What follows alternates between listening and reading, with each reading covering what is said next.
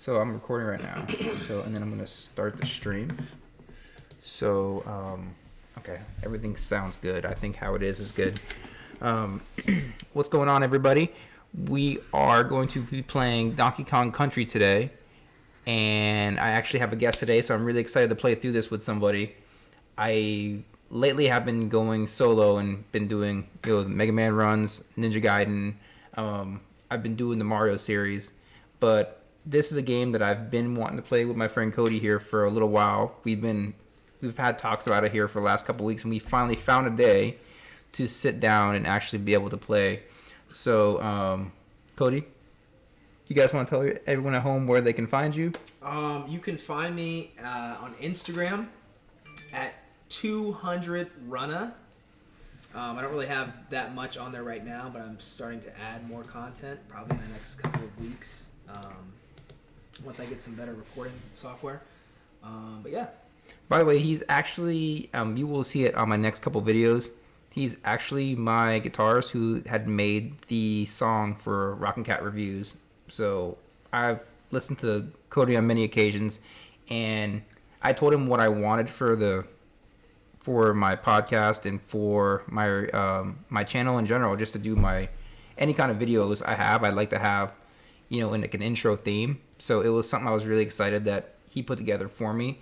So, Cody, you want to tell everyone how long you've been doing music and everything? So I've been playing for about 10 years off and on. I've never really taken it that seriously. More so towards the beginning when I first started. I actually started on piano. I've never really had too many lessons. One of my friends in high school started to teach me how to read tabs, and then I asked him, hey, I want to learn this Alter Bridge song.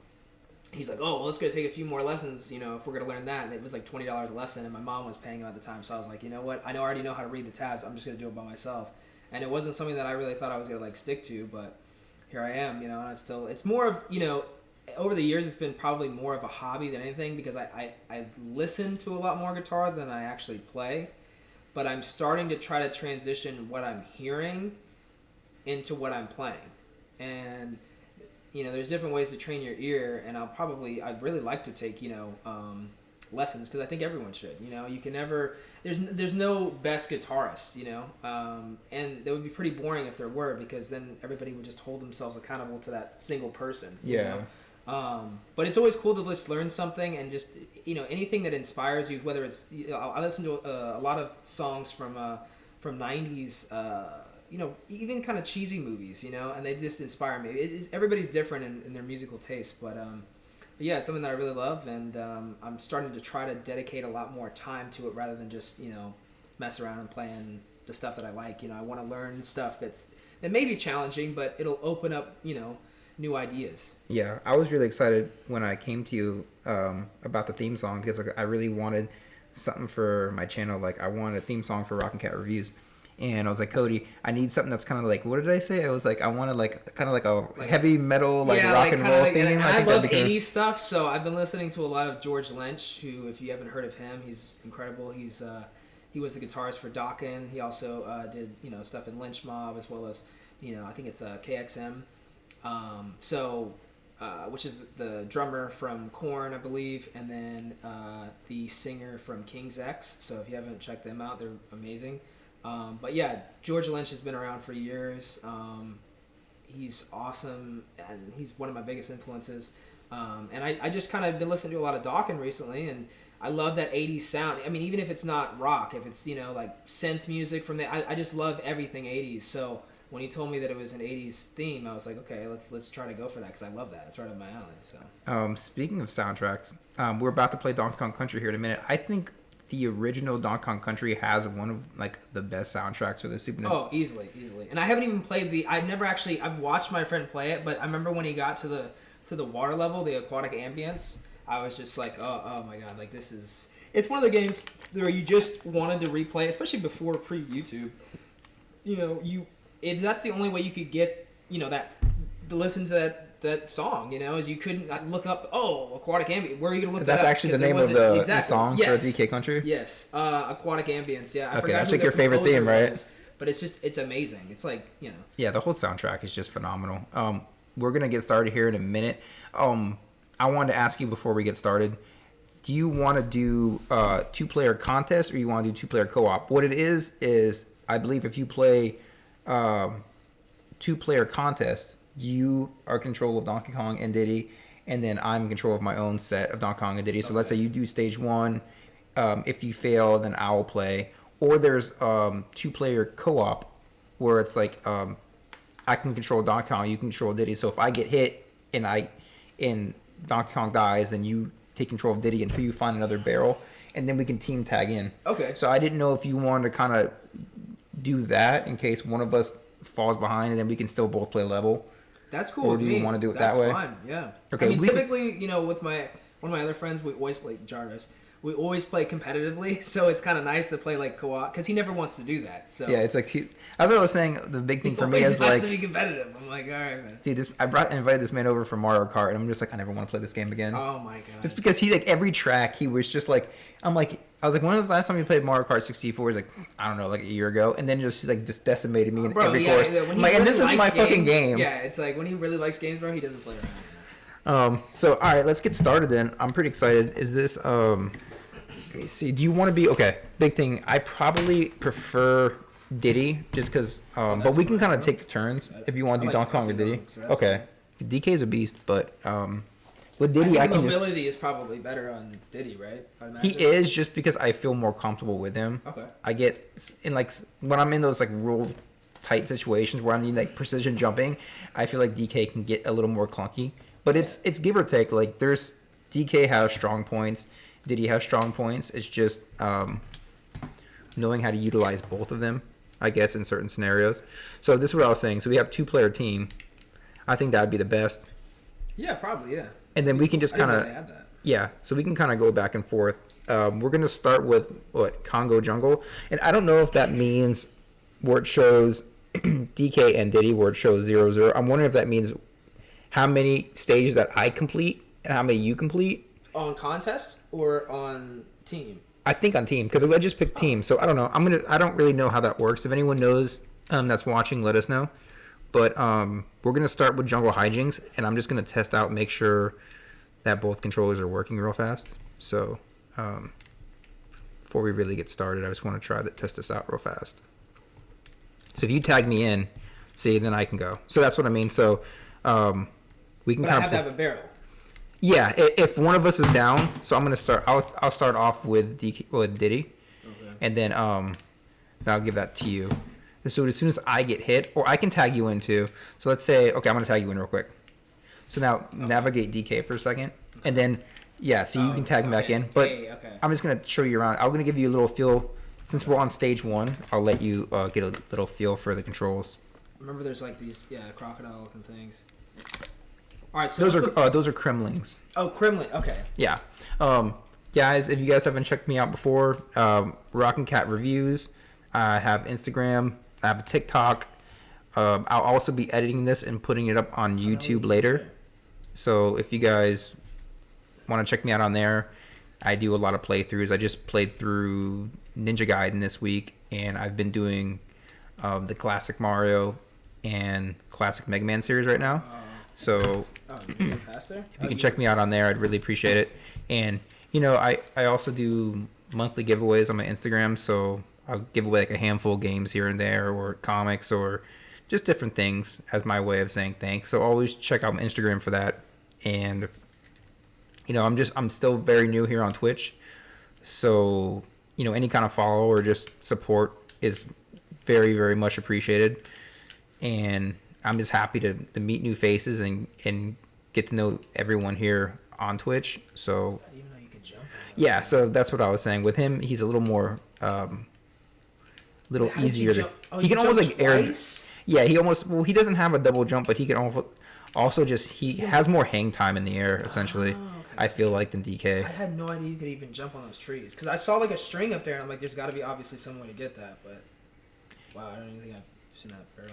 I have this because I have the SNES. You have the you have the classic, or do you have classic, the? Bro. How do you like the classic so far? I think it's amazing. I think it's literally amazing because it comes with all the games that it would be nice if like you could still download games for it, I guess, but then it would You could probably modify it so you can actually add. add. I'm sure you can, because I mean, essentially, it's just a licensed emulator for Nintendo. It is. I mean, that's exactly what it is. They're not. I don't think they're trying to really hide that, but I love it because it has Donkey Kong Country, especially for somebody who's never had the console. I think it's a great option. Like they have Mario and the Seven Stars.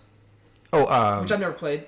Yeah, Mario I forgot exactly. Legend of Seven Stars. I think it's Legend of the Seven Stars. Yeah, like that's that. a very good RPG. I think they have. Dude, do they have Earthbound on there? I think know. they do. I think they do. Because it's 20 games. I don't know. It's like 20, and then they have Star Fox 2.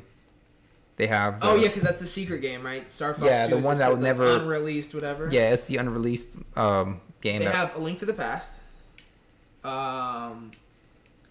which it's funny. I actually played that game for the first time, and it was like the first Zelda game that I tried to not look anything up, and of course I got so frustrated because I looked something up, and it was like literally just to like all you had to do was run into this bookcase. But since I had never ever played a 2D Zelda, going from 3D to 2D, if you've never really played it, you don't know what kind of like physics are allowed. You know what I'm saying? Oh, you're saying because what did you start with, Ocarina? Yeah, I was. That's how I was introduced to Zelda. Well, technically it was like Legend of Zelda because I saw somebody play that, but I didn't really know. Like the NES. Yeah, right? yeah, Okay. the original, the first one. But Ocarina of Time was like because and that was back when like Nintendo Power and all that stuff and Prima official strategy guides, and because we had game facts, but we didn't have like video walkthroughs. Yeah, like now I feel like now if you're stuck at a point, you can just like kind of just watch a YouTube video. It kind of sucks because in a way I try not to do that good, if I but can. Like, yeah, dude. But honestly, I find myself with less and less patience because I don't have the time anymore. You know what I'm saying? So it is kind of nice if you want to like and I try not to hold myself too accountable, because like you still want to enjoy the game. You know what I'm saying? And there are certain points where it's like. Certain games they don't really explain. They don't explain. Also, things. if you not to interrupt you, but I believe if you ahead. hold wide down, I think you can run a little quicker with Donkey Kong. Okay. That's what I was saying about him. But go ahead and continue what you were saying. But yeah, bro. So, anyways, I definitely feel that... You're talking about what strategy guides compared to like watching that's the thing is that a playthrough on YouTube. A lot of people would be like, "Oh, it's cheating and stuff like that," and I'm like, "Okay, I get that and everything," but like, and later on, I felt really self-conscious because I felt like I was just dumb because like all my friends would like beat the Zelda games and they'd look maybe some things up, but they wouldn't look up that much. At least they said they didn't. And I feel like I was the only one. Like, and I used to get like so upset and like cry and shit because I felt like I was like, I just felt like I was just like mentally challenged or something. You know what I'm saying? That I couldn't like get past these areas, and my friends could. And it sucked because like I wanted to play the game just like they did, but I felt like something was wrong with me, like because I couldn't figure it out. Yeah. And that's why I really tried. I was like, what? That's a good point though to think that it's like in some ways ruining the game because like I'm gonna tag you in real quick. Okay. Because then sometimes sometimes I got the guides like okay, one of the games is like Metroid Fusion, and that was my first Metroid game, and that game I've never finished. But you said it was Metroid Fusion. Fusion, yeah, on the GBA. Okay, I heard that one's really. Is that the one that's like? It's amazing. It plays like the Super Nintendo Metroid. No, is that how that one is? That's Zero Mission. Okay. Zero Mission is amazing too. I'm not the biggest Metroid person, so you're gonna have to kind of tell me more about Metroid. I feel like you should really give that a shot if you're not, because it's very different from like something like Prime. Okay, let me say it like this. It's definitely. Oh my god. I think this one's happening. So this is like a. It's like a trial one, right? Because you don't have to. Like... No, this one's more so what these barrels are is that they're like auto barrels. There's different kinds of barrels. Those automatically shoot, so they already have a set direction. Oh, okay. So I didn't really have. That was kind of like I got them. Okay. Sorry, it's like hard for me to like play and talk at the same time. No, you're fine. I've never even done this, so. It's well, no, I'm glad that you're playing through DK. Version. So I'm getting my cherry broken right now. I'm glad that you're actually playing through it because I played a lot of DK Country, so I can kind of guide you through it. But yeah, so tell me the difference between the Metroids. So yeah, Metroid. Okay, so I've never beaten any of the Metroid games, like, which is funny. But I really tried to, and I'm going to try probably to beat Super Metroid. In fact, it would be kind of cool if we could play that on here, with the SNES, unless you have it on. I do have the original, so we can play that one. But I'd love to play. I wish we could probably do it in emulator. Super Metroid. I have the Not Super Metroid. Zero Mission. That one I don't have. So Zero Mission, I don't know if that's like a direct sequel or I'm not really sure where the lineage is, but or the storyline takes place. But Metroid Fusion was my first Metroid game, and it was just so much fun because like I'm gonna tag you in on this one because I know this is the one you've been wanting to play. Dude, oh my god. Oh wait. Oh, you're in front. Yeah. Oh, I tagged you in just now. Okay. How do I? Oh, okay. I forgot. Yeah, this one. Okay. Oh, so you can't hit the fish. The watery levels can be a little challenging, so take your time on these. And that's the thing with these, with Donkey Kong Country is as you progress, the game, the difficulty progresses very well. So it starts you off very like casually, but it doesn't like as it moves on, it doesn't hold your hand. I know that there's sword.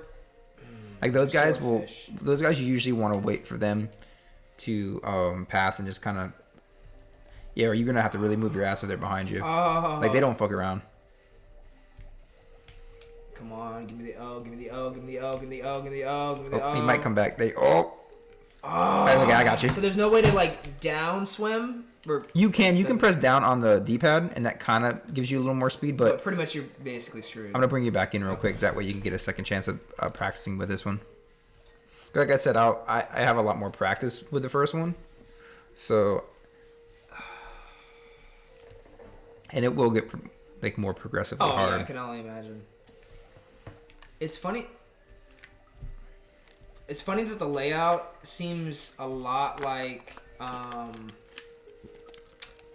This music is so classic. The layout, like the world level. Oh, go back. Okay. Yeah. The world layout looks a lot like Crash Bandicoot. Well, I'm sure they probably copied off of it. I mean, Crash Bandicoot did. Oh, you mean like some of the visuals? Well, yeah, like, in the world map where you, like, see, where you're going to next. Oh, yeah. Like, is it, like, how many games are like that? There's a ton of them, you know what I'm saying? But, I mean, this is probably one of the first ones. I didn't know you could ride on the swordfish. Yeah, I forget his name. He's really cool. You have, like, 3 or 4 animal companions. So, like, you have Rambi, and then you have the swordfish, and then you have ostrich. And that makes it so much easier. Then you just hit the fish. So even if he gets hit, so it kind of gives you like an extra hit. Oh, okay. So if he gets hit. Yeah, if he gets hit, I'm still alive. So it's kind of like. Wow, I didn't even know that. But yeah, so anyway, so you were saying about.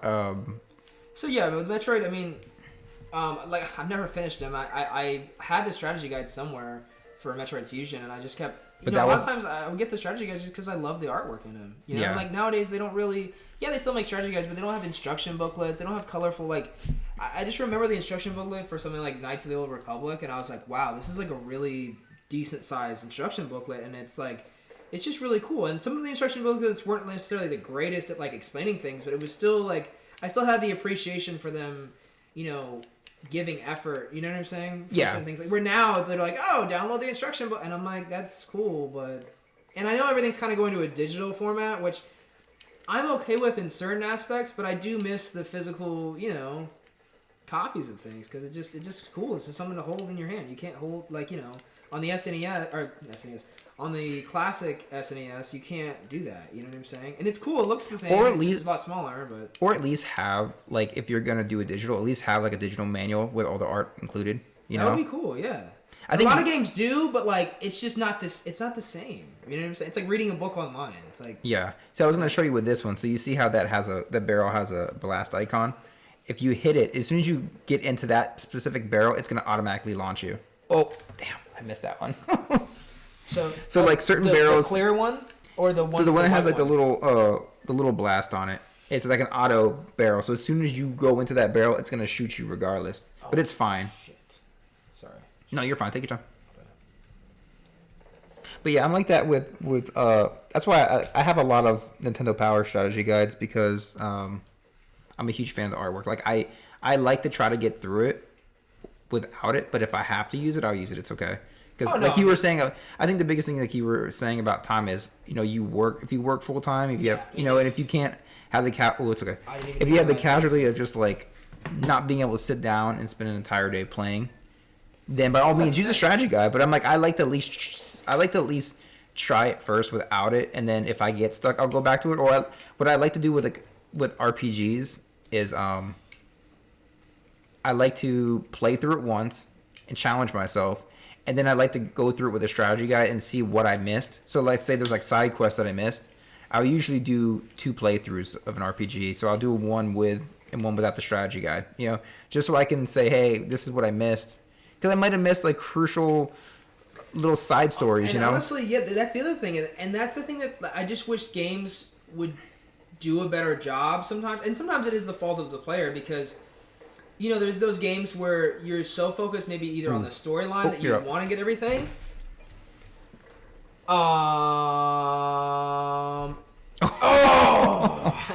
was a good shot.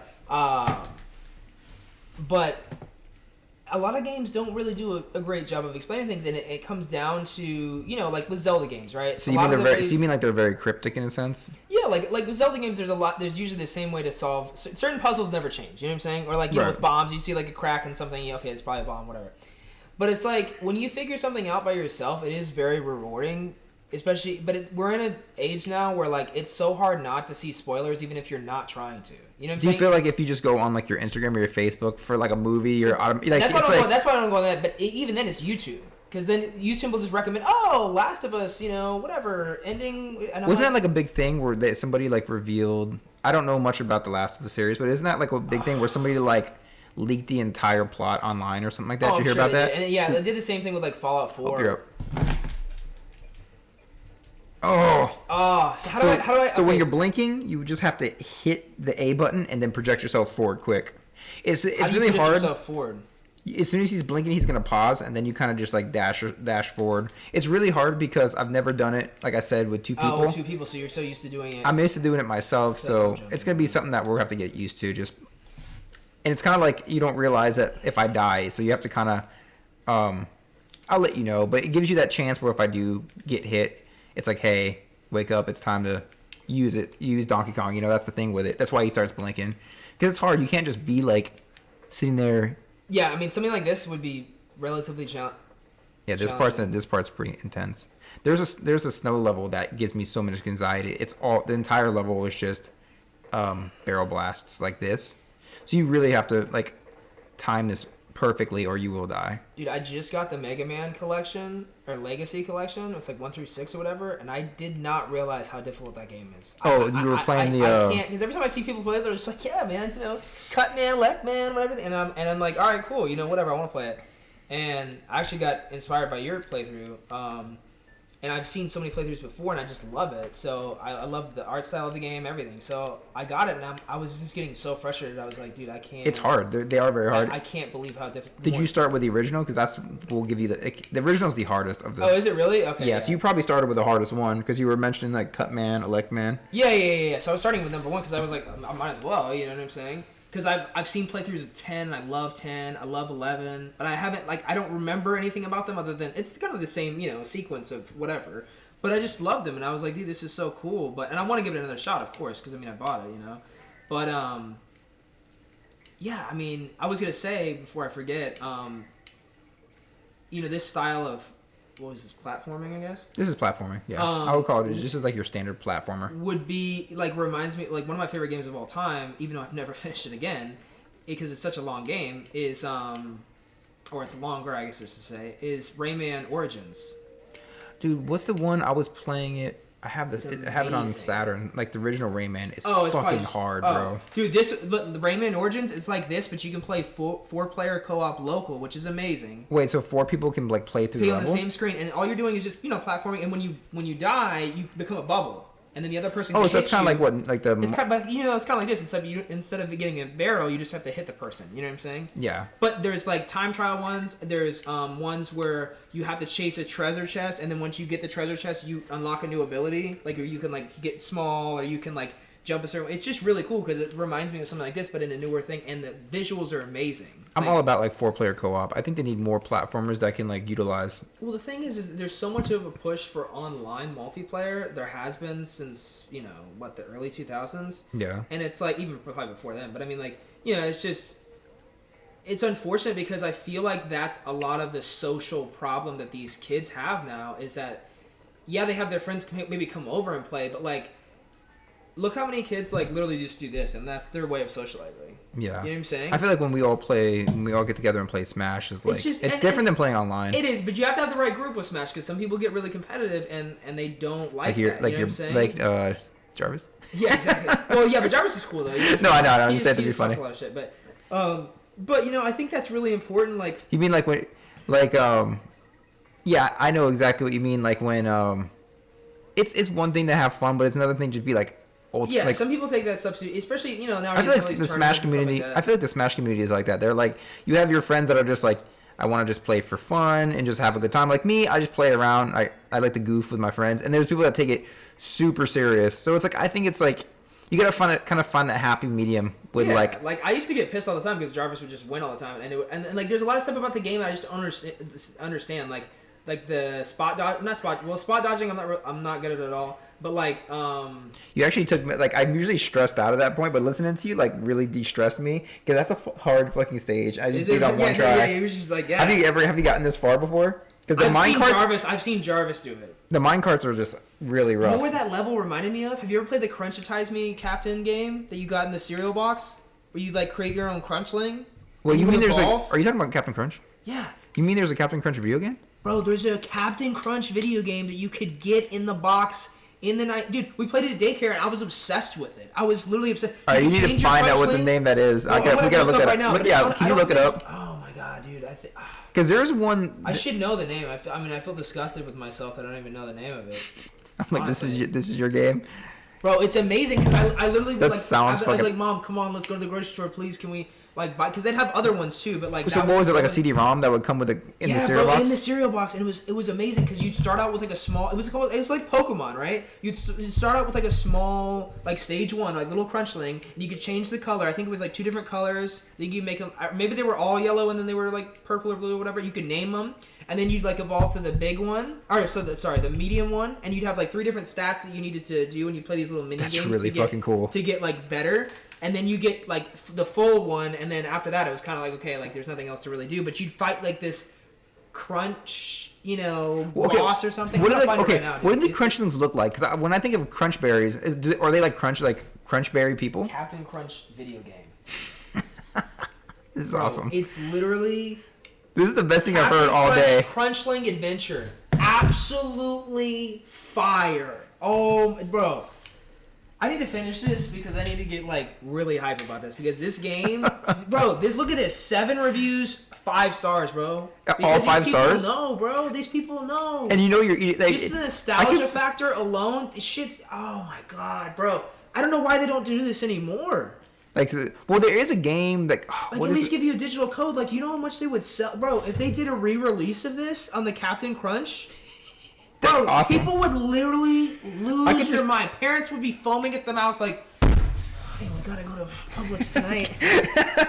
I can just picture like... They have Crunchitize Me Cat or whatever, I can picture like 10-year-old Cody with just like a bowl of Captain Crunch in his game. He's like, I gotta pause this and take a couple bites and then I go right back to it. I was probably one of the shittiest kids, bro. I used to do a lot of like really messed up things, bro. Like, video games changed me, bro. I remember when Super Mario Galaxy came out, my mom literally left the house, and she was like, you're a different person when you play games. Were you just like... Bro, I was freaking the fuck. Would nobody like be able to talk to you kind of thing? Where just bro, like... I'd freak the hell out, like, on Mario Galaxy, like in the Stingray thing, where you like... Have you ever played Mario Galaxy? I have played Mario Galaxy. It's literally amazing. Our mutual friend Berto came over one day, and... I'd love to see him play them. Yeah, I think me and him beat it together for the first time. But, dude, it's such a good game, man. But, see, I feel like for something like that, we'd have to do, like, a series, you know what I'm saying? Well, that one's a little bit longer, you know what I'm saying? So, like, that... I remember I beat that game, though, and literally, Justin, I got 119 stars. No, I didn't look up anything. And the last star, it was so simple. It's always the easiest things, bro. And you're this is in Galaxy? Overthinking it? Yeah, like literally all I had to do, and it's just whatever order. It's not like you do it like you have to get these stars in a certain order or whatever. But you literally had to. You've beaten it, right? I have beaten it, so there's no spoilers. So. All right. And it's like, this is just any way, like, it's not like this is like the last thing in the game, whatever. But I guess you get 120 stars, and then I guess you get Luigi or something. That's the thing I heard is you get Luigi. But this is the original Galaxy, or yeah, and then Galaxy 2 was amazing too. But I just stopped playing it just because I was like, I don't know. I mean, and I want to play it again, but I've heard there's Nintendo's releasing re-releasing a whatever for it. They're doing so. From what I've heard, they're doing an All Stars for the Switch. I guess that's the big thing is Nintendo's announced that they were gonna do. It's in July, right? I think it's yeah. like 30 I don't know if they've whatever anniversary of Mario or something.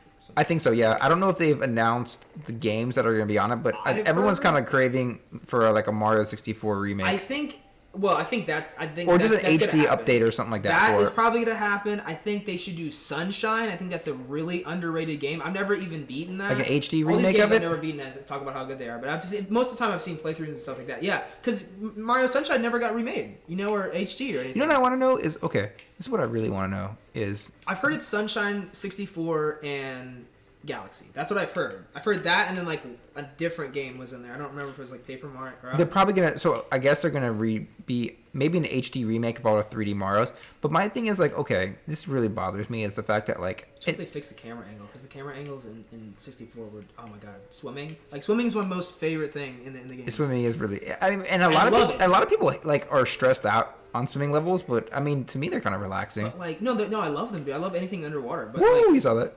But and I hate to keep cutting you off. No, dude, you're fine. But I'm gonna keep doing it. We're both like that's how I am too. Like I piss my friends off all the time. I'm just like no, bro, but I heard this.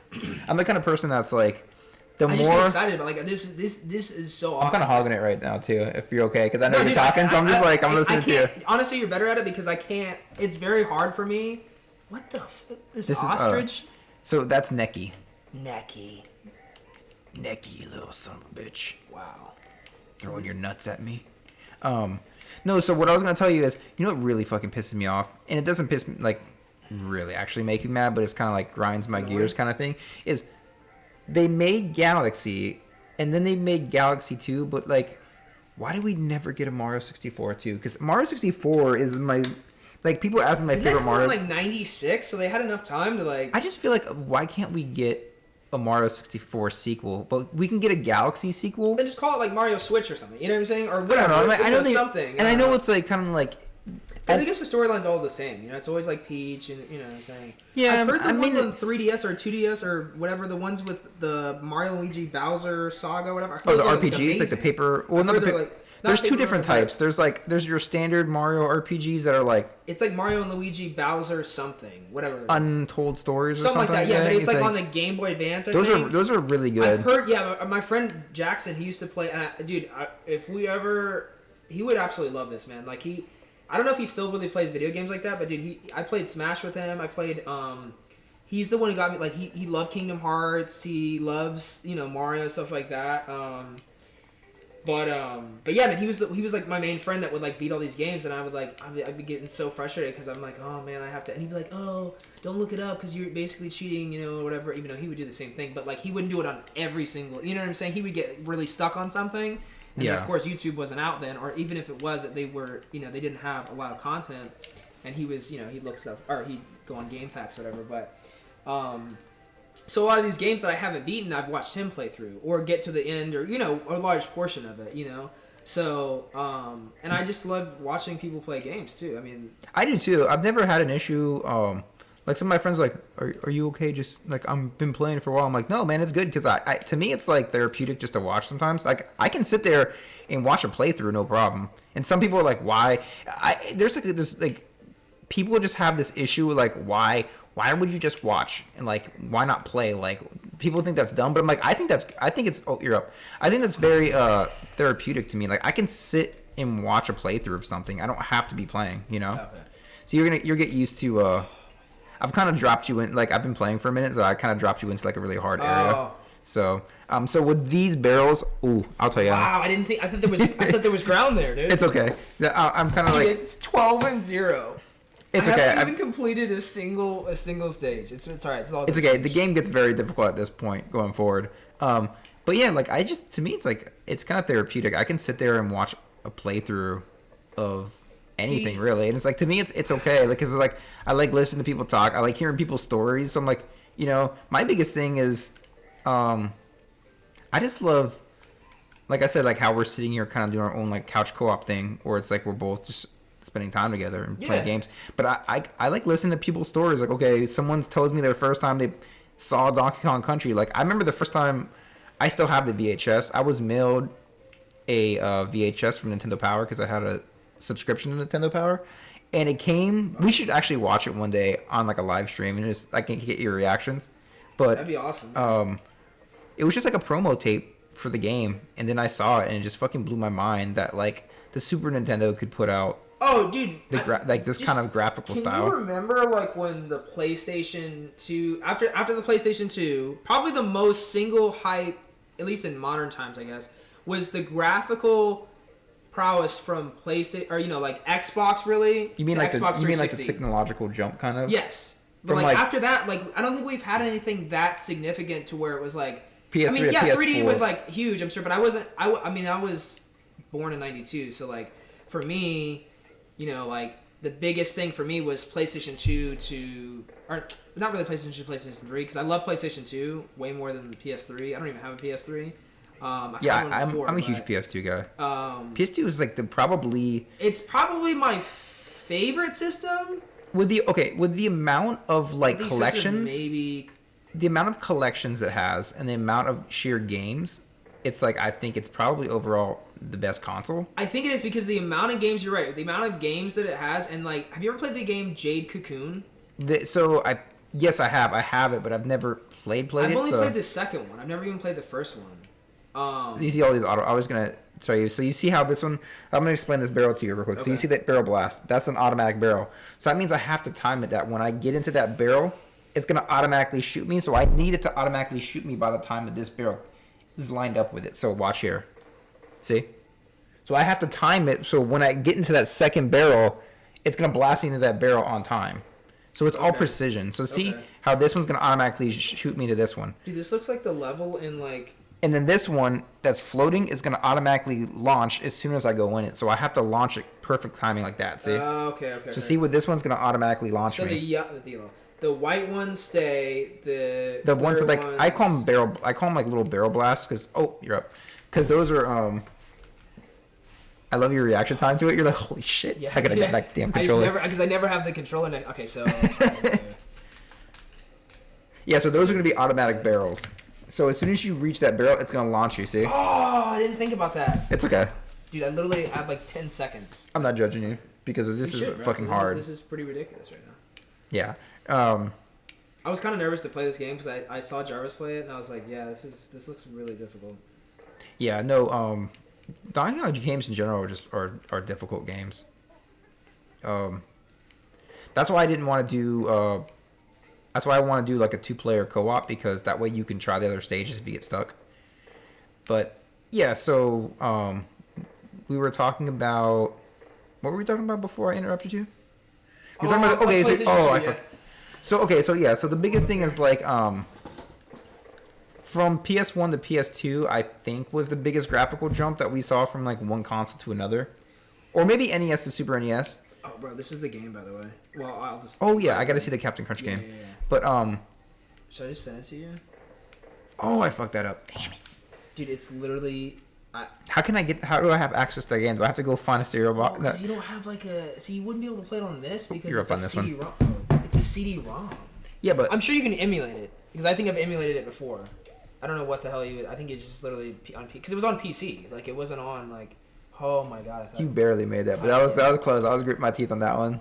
I mean, we could play it on a computer and just stream it, but the thing is, like, how am I gonna find it? Do I need to find it on like eBay, or can I like? Do I have to go through like I'm sure, no, specially marked boxes of cereal? Oh my god! That'd be funny if like back in the day. I shouldn't even be playing. You know, it'd be hilarious. Like, imagine back in the day, right? Terrible. This game. It's okay. We gotta get you some more practice anyway. So that's what this is.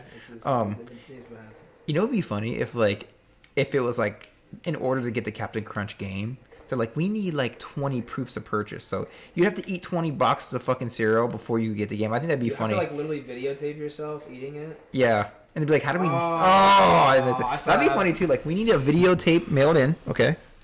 And we need to physically see you eat 20 boxes of not just Captain Crunch berries. Isn't there one that's just... Oh, you tagged me. Isn't there one that's just berries? That one's really fucking good. I like the peanut butter one. That's my favorite one. Peanut butter is... Okay. That's my dude, favorite one, so I feel like you're definitely like my missing childhood link because it's like, dude, that's all I ate was the peanut butter crunch, dude. Oh my god, peanut remember Crisp Cookie Crisp, the original Cookie Crisp, not the one with the new dog on okay, it. Come on, dude. He's a fuckboy because they definitely changed the formula when he came out. Oh, like, dude, it was. I'm like, what the what is this? Like, see those fucking barrel blasts. It looked like the dog on one of the Snoop Dogg album covers. I don't know if you remember that, like on The Chronic or something. That's Dre. Or maybe like Murder was it wasn't Murder was like that was very good. That was a good move. Oh, how did I? Oh, okay. So the new dog just looks like kind of derpy. You think? I'm seeing all these people jog outside, and I keep thinking they're gonna like come up to your door. I don't know why. Hey man, like, I've been playing Donkey Kong Country all my life. Can I come in? Yeah, okay. All right, bro. So are you saying I should close the blinds so it's not distracting? No, but can you just imagine like you have to eat? You have to. It's like you have to eat specially marked boxes of Crunch berries. So maybe you were like, oh, I did it too soon, bro. See, I told you this stage is intense, dude. So how do you do game over screen? No, because we got enough lives to carry us, and I'm gonna carry the team here for a little bit because this shit gets hard. Yeah, go ahead. But yeah, I was gonna say. See, I'm not always the best Smash Brothers player, but I love me some platformers, man.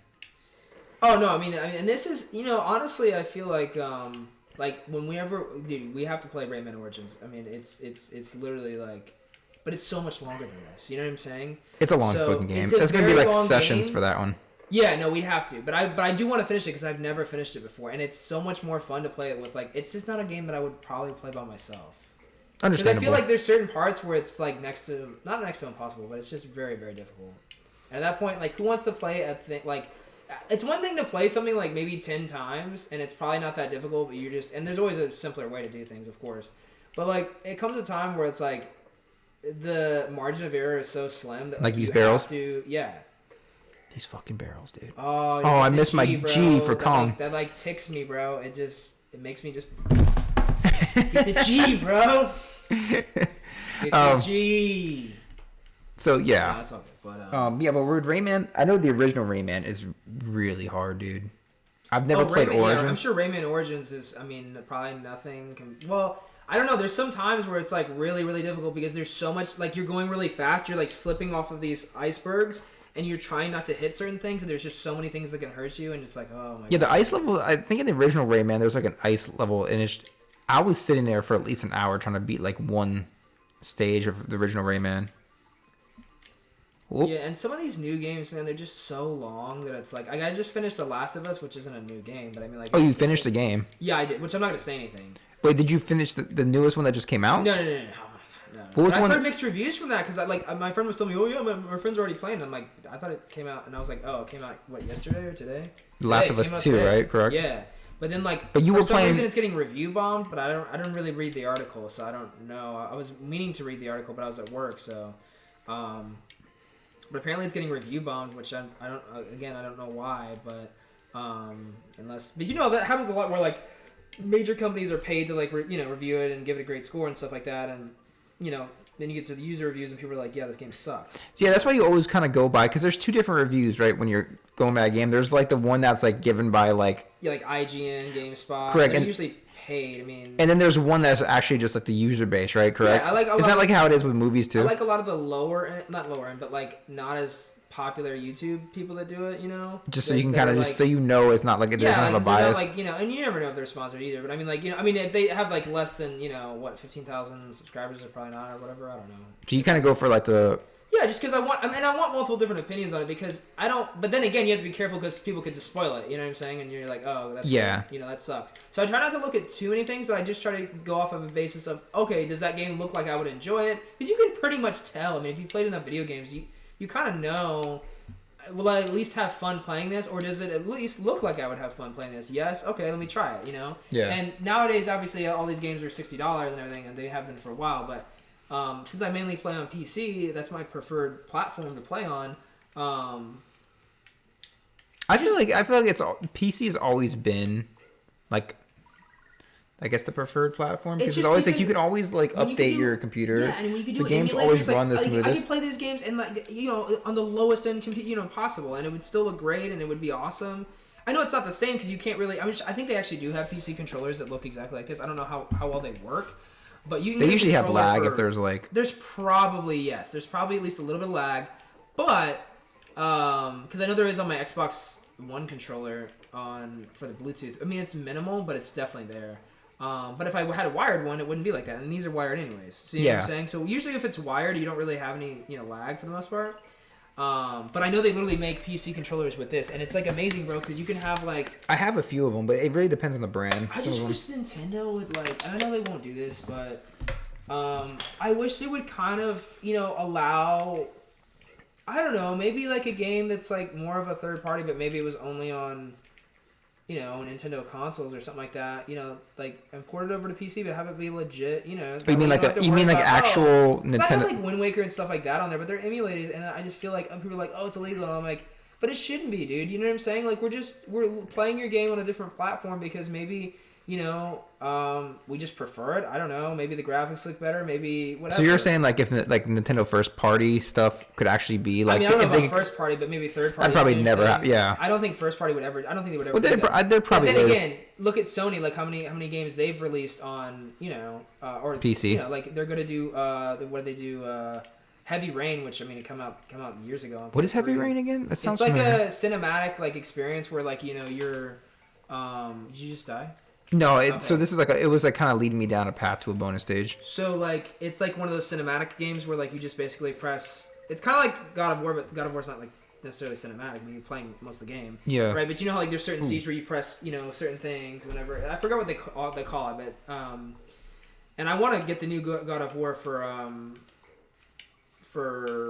PlayStation 4 because I played God of War 1. I haven't played God of War 2. I think I have played God of War 2, but I never beat it. And that's an awesome game too. But a game that I would love to play through is Sly Cooper.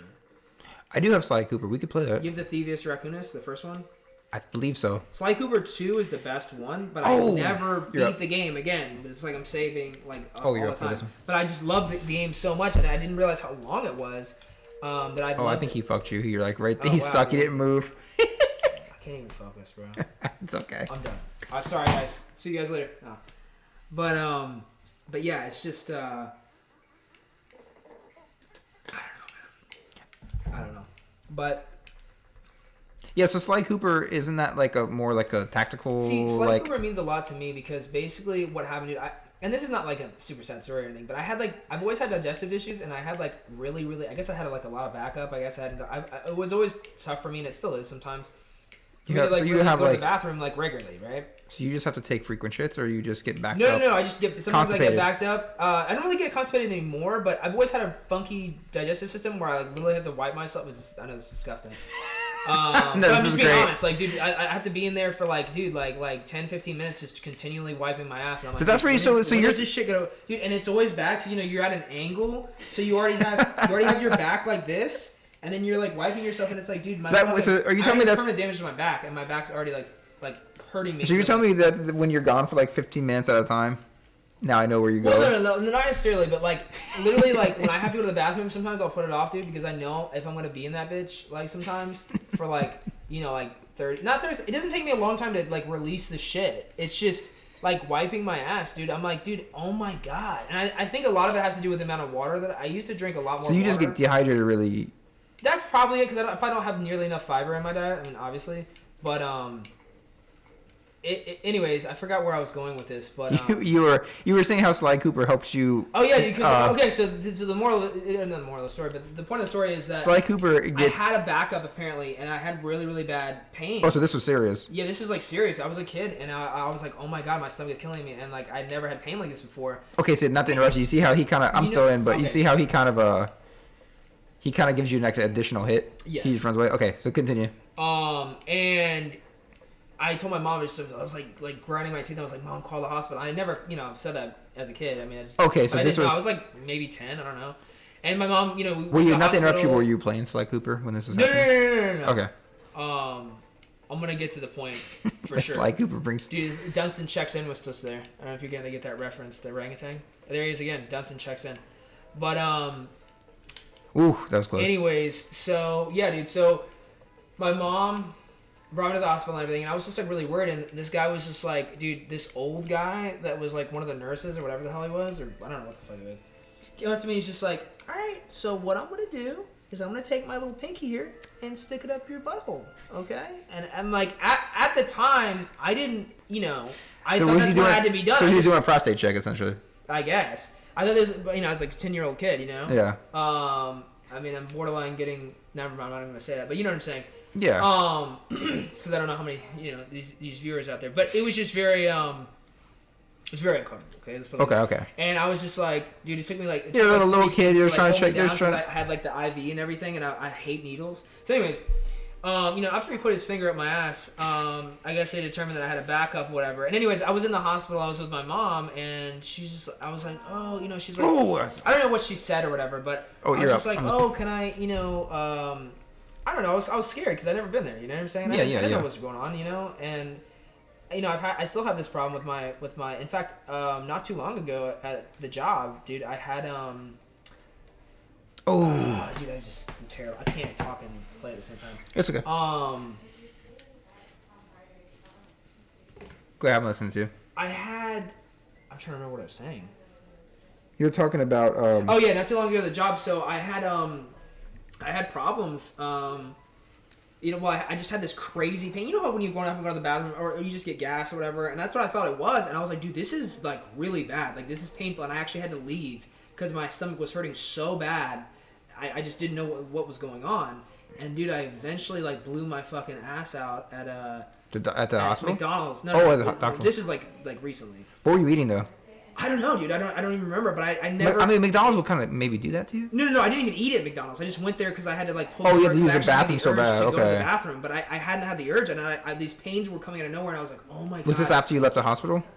No, I'm sorry. This is a completely different situation. Like I never went to the hospital in this situation. I'm gonna get back to the last one.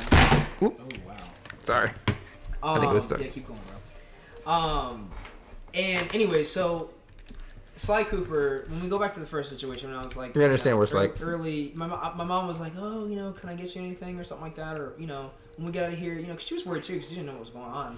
And I was like, well, I really would like that Sly Cooper game or whatever.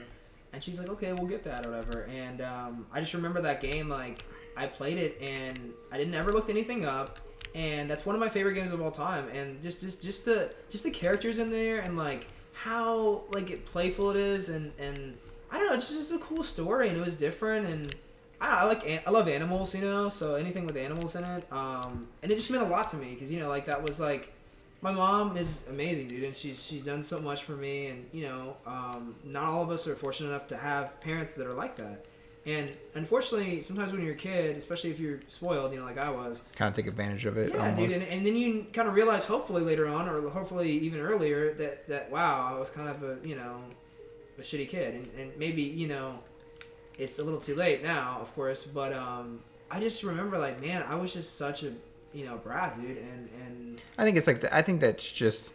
And it sucks, man, because you think about it, and like a lot of kids just didn't have those games to play, man, and stuff like that. And I didn't get games till like a little bit, I guess, later on. But my mom did everything she could to get me whatever I wanted. It was hard. You had to wait till like, especially games like that are expensive. You had to wait. I remember I had to wait until like my birthday or Christmas to get a game I really wanted. Oh yeah, my mom would like, but my mom would. There was no sales like.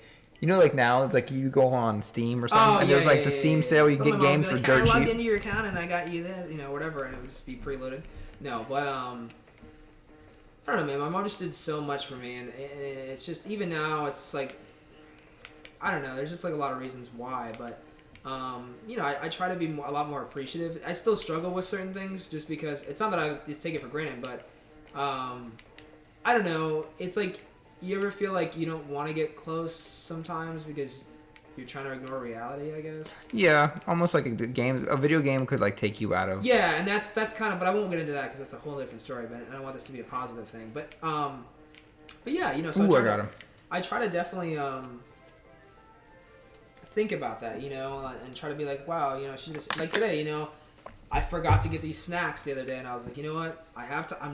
I remember to get them now. I should just get them now and then ask her what else we need, because that's what she does. She comes home and she uses my credit card for a lot of stuff, like, like gas and stuff like that. But it's all like to get the rewards points, because we have we get 4% back on it. Yeah, no, that's awesome. It's just really cool because like she does that, so I don't mind, of course, paying for that and stuff. And my mom does a lot for me.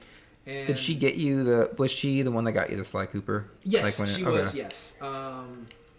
She got me the Sly Cooper game, and then from there, I think eventually, many years later, I played the second one. I heard the third one was okay, probably the weakest one. And I think there was one for maybe PS4, but I really would love to play through that game.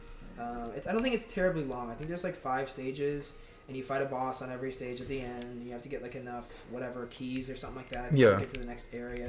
Like there's like stages, and then you get like keys, and then that unlocks the next stage, and then you eventually fight the boss and whatever. But it was cool. It was just very different, and it wasn't terribly difficult. But I remember the second one being way longer, at least from what I remember. And yeah, I don't know. It was cool, but I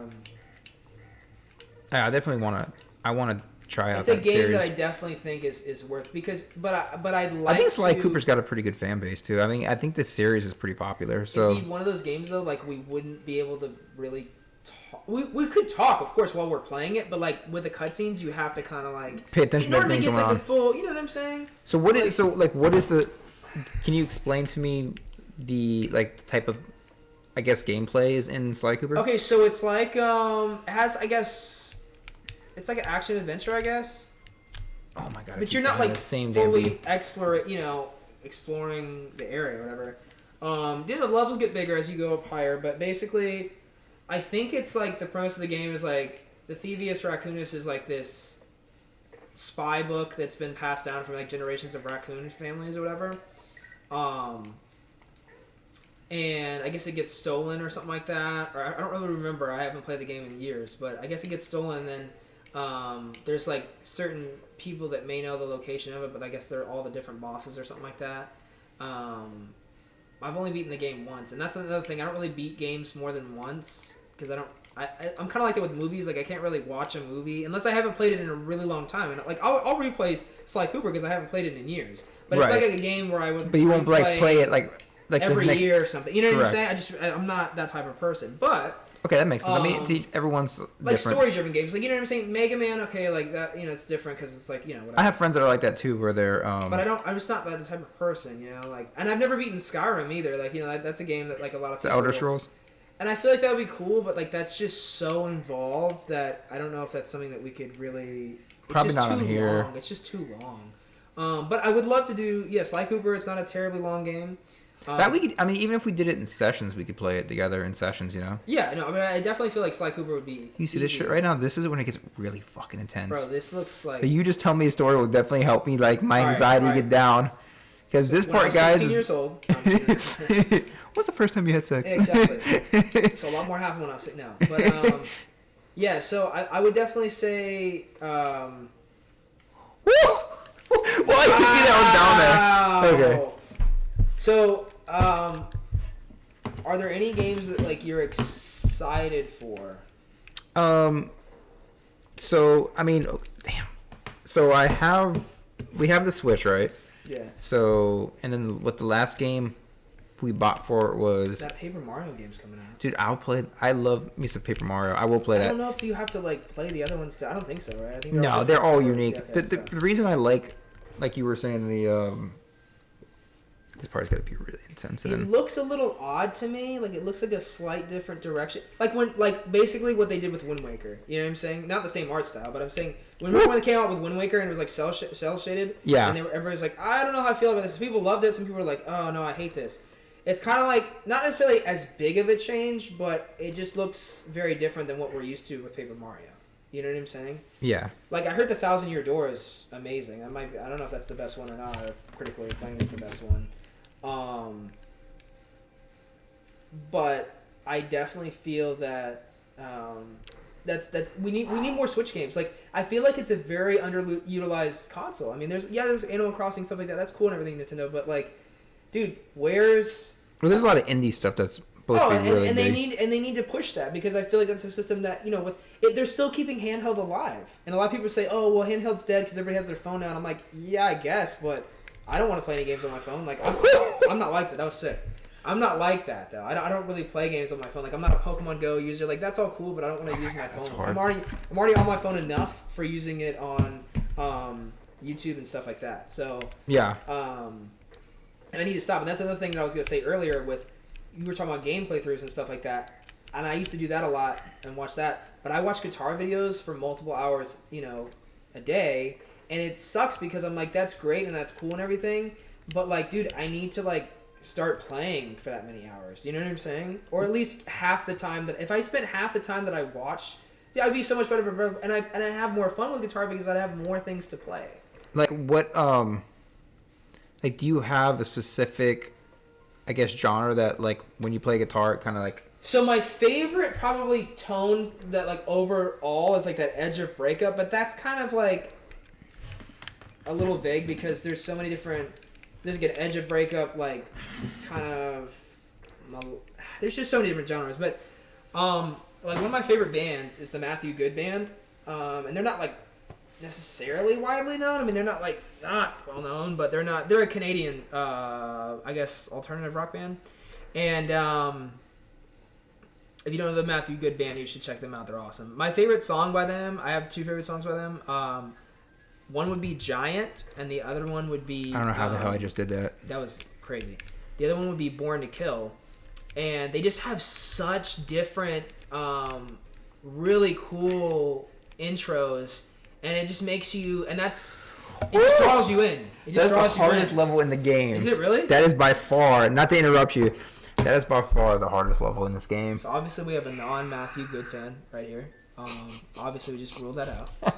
So I really don't know what that is, but I want to know right now. I've never been to Canada. Neither have I. But anyways, but yeah, so look at that. We got one on the board, even though it's not me. So really 20-0. But anyways, but yeah, so I wonder if Publix took, like, ideas from that, like, banana cake thing. Oh, that's funny to make their actual. Really how they have that, yeah. It's not like a mountain, but it's, like, you know, similar. But yeah, man. So Giant and Born to Kill, Matthew Good, amazing. And my favorite game of all time. My favorite band probably is Splendor, which not a lot of people know of. They're like a pop alternative rock, I guess, in a way. That's the best way I can describe them. But the lead singer, Wayman Boone, who actually just directs movies now, and he's featured, like, stars like Ray Liotta and stuff like that. He, unfortunately, you know, he took the movie route, which, I mean, that's cool and everything, but, like, do what you love, you know what I'm saying? And I've actually had a conversation with him, which is crazy, on Instagram, of all things. And, you know, like I said, Splendor's not, like, necessarily that widely known. They're probably less widely known than Matthew Good Band. But the singer just has such a, like, he just, I don't know, has so much power in his voice. And it's just, I think it's just, oh, man.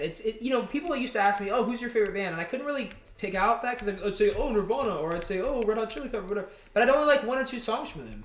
And then I wouldn't like every single song. Splendor, I literally like every single song. I can listen to both albums, Halfway Down the Sky, and then they have To Whom It May Concern.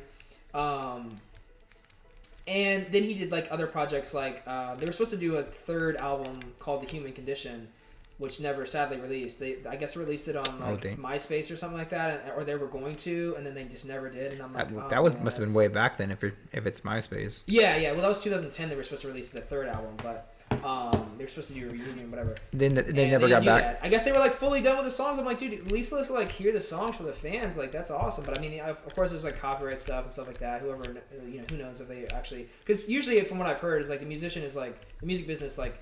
It's never really good for the musician, like it, you know, for certain musicians, I guess. But anyways, he's done other projects like Head Rush.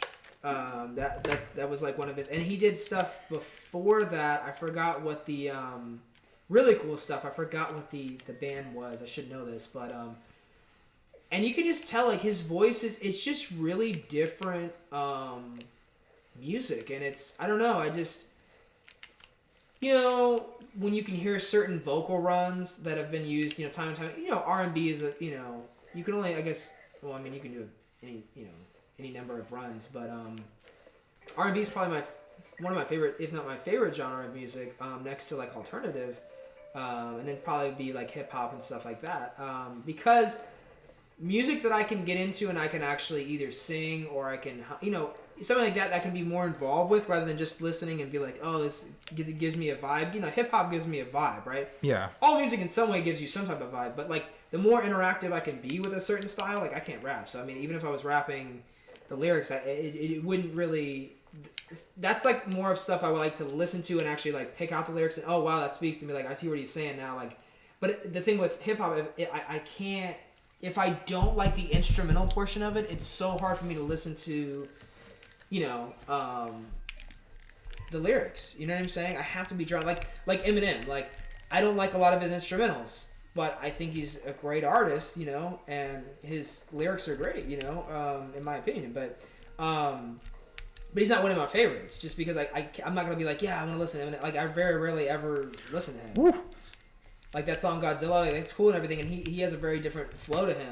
But I'm just not as drawn to him as I would be somebody with, you know, like, which I don't know if anybody's heard of this, but an artist like Camp Lo, you know, which is like two different guys, you know, like, you know, just it's kind of like Mobb Deep. There was two different guys, you know, Prodigy and Havoc, and then I like, you know, more like newer stuff like, you know, like Freddie Gibbs and Dom Kennedy and stuff like that.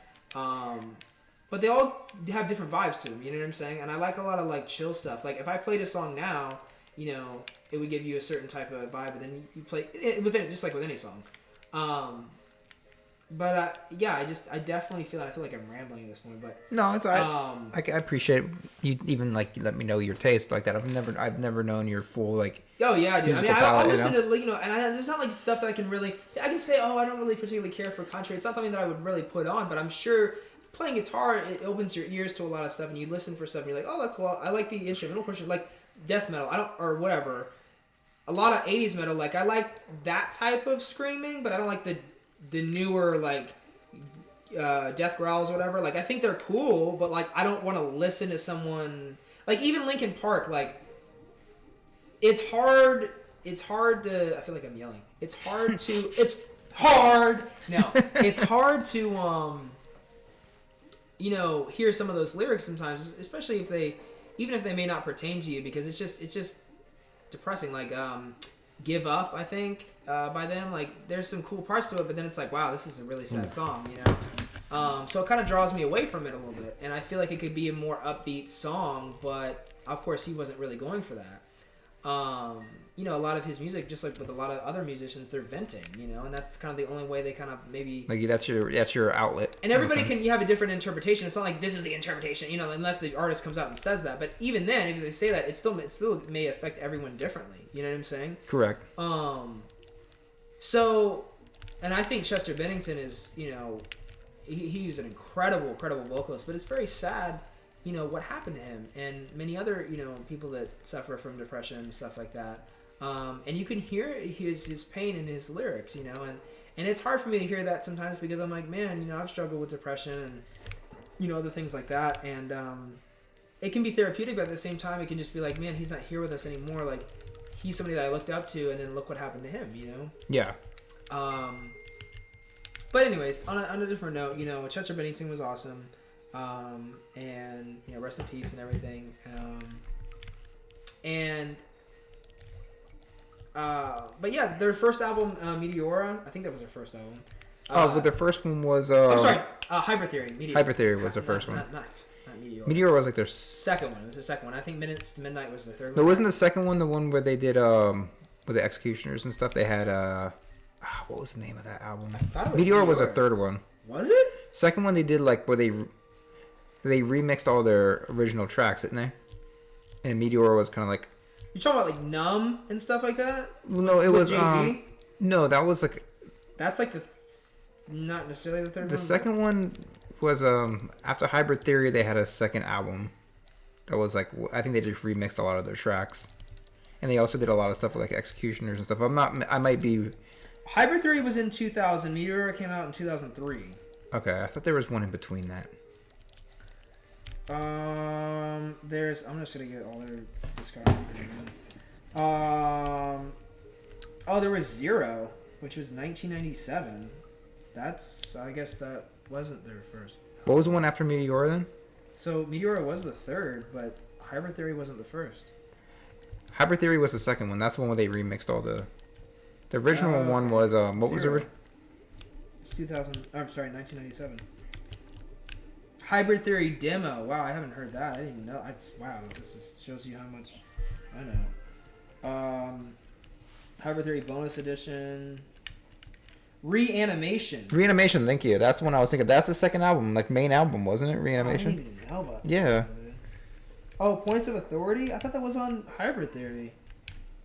That's not on Hybrid Theory? I guess I'm an idiot. Wow.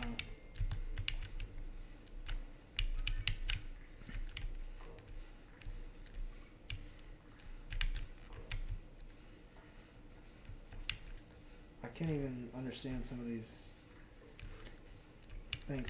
Anyways, I remember seeing that artwork, but Reanimation, yeah. Reanimation was really good though. Hybrid Theory is my favorite, and probably That's second it. would be That's Meteora. what I would consider like their first major breakout. I've never listened to Zero. At least I don't think. Maybe I've heard songs off of that. That's crazy. Oh well, producer. Oh Mike. Oh well. I'll have to look at that. They used a lot of like Gundam influences and stuff like that. Yeah, that was really cool. Which is pretty cool. For that artwork on the cover, right? But Hybrid Theory was just my favorite. I think it's the best album. That's a tough stage too. In my opinion, Hybrid Theory is the best album. But I haven't listened to all the. I just didn't really like the direction they were going, and for me, I could be wrong because I haven't listened to every single one of their songs and every single one of their albums. But for me, it's very hard. I'm very stubborn with certain things, and like if I don't like, and nowadays, of course, you can just skip through and go to the next song, whatever. But I have trouble listening to the full album of stuff, and I try to do that because there's songs sometimes if I don't like them in the first 10 seconds, especially on Pandora, I'll usually switch them. But with Meteora, no, not to interrupt you, but Meteora was like one of those albums I felt like everything flowed. Like the end of a song would feel like the intro for like the next song. They did a really good job with that. I love Meteora. I feel like it was their most structural. Again, I haven't listened to all their albums, but like after they did like What I've Done on Minutes to Midnight, I don't know, man. I couldn't, and I've heard other songs by them, and it's cool, but like I don't know what he had. One of his last songs he did, like. I forgot what it's called, but I didn't really particularly care for his voice on that. I just think he's more geared towards like the alternate, new metal type thing he was doing, in the beginning. And I don't know. It's not always the greatest thing when like bands kind of move in a different direction, and sometimes they're kind of forced to by the record label, Yeah. Because they're signed, but and I get it and stuff like that. But like I liked What I've Done. I think that's a great song, and that was a new like not newer, but I mean like. I'm not going for that G. It was on Transformers. Oh, was it? Brace myself. Okay, yeah. Yeah, all that stuff. Anyways, but yeah. So I don't know. But yeah, Splendor. If you haven't checked them out, they only had 2 albums. They were supposed to have a third. Check them out. Also, you can check out Edison. EDISUN, I think. And the guitarist and bassist from Splendor are in that group. Okay. And it's annoying because like you hear, sometimes I hear it and I can hear, oh man, it sounds like Splendor, but then the guy sings it, I'm like, oh, it's not Wayman Boone. And it's cool because you have to appreciate that, you know what I'm saying? It's like when certain bands like get a new, singer, and you have to be like, oh, okay, like, it's like Alice in Chains, like they had like that new singer for I don't know how long now, and you have to appreciate their style, because it's a lot of the same. I guess it's the same people other than Lane Staley, and I don't know, but She's taken off. But the thing is like with my guitar now that I'm kind of like struggling with is, it's really geared towards like but metal. You know what I'm saying? I mean, it has that look about it. And my favorite type of tone when it comes to guitar is that edge of breakup, kind of like. I love bluesy stuff. Like, basically, my favorite guitar ever is probably a Les Paul Custom, a Gibson Les Paul Custom. But those guitars new, which I don't think you should buy certain guitars new, unless you just want to, because it's. Weren't you getting a new guitar? I am. I have one on the way. It's probably about roughly like 6 weeks away. It could be sooner because I always get something pretty basic, but. It's from Kiesel. It's called a Kiesel Delos. It's basically like their version of a Stratocaster, which is probably the most copied body style there is, next to like the Telecaster and like a Les Paul, single cut. But the Les Paul Custom visually, or I guess say aesthetically, whatever, and tonally, not necessarily just the Custom, but Les Pauls in general, are just, dude, they're just so sick. And I'm gonna show you a picture just so you can get an idea of what this looks like. But new ones now are like, if you just get the standard one and not like an actual custom shop, it's kind of confusing. It's a Les Paul Custom, and I guess technically they're made in the custom shop. Okay. But they have reissues of certain years where like they were iconic, like a 1957 reissue is like $6,700. Oh, wow. But a Les Paul Custom that almost looks very similar in that same type of color combination, roughly. Standard one is $4,700.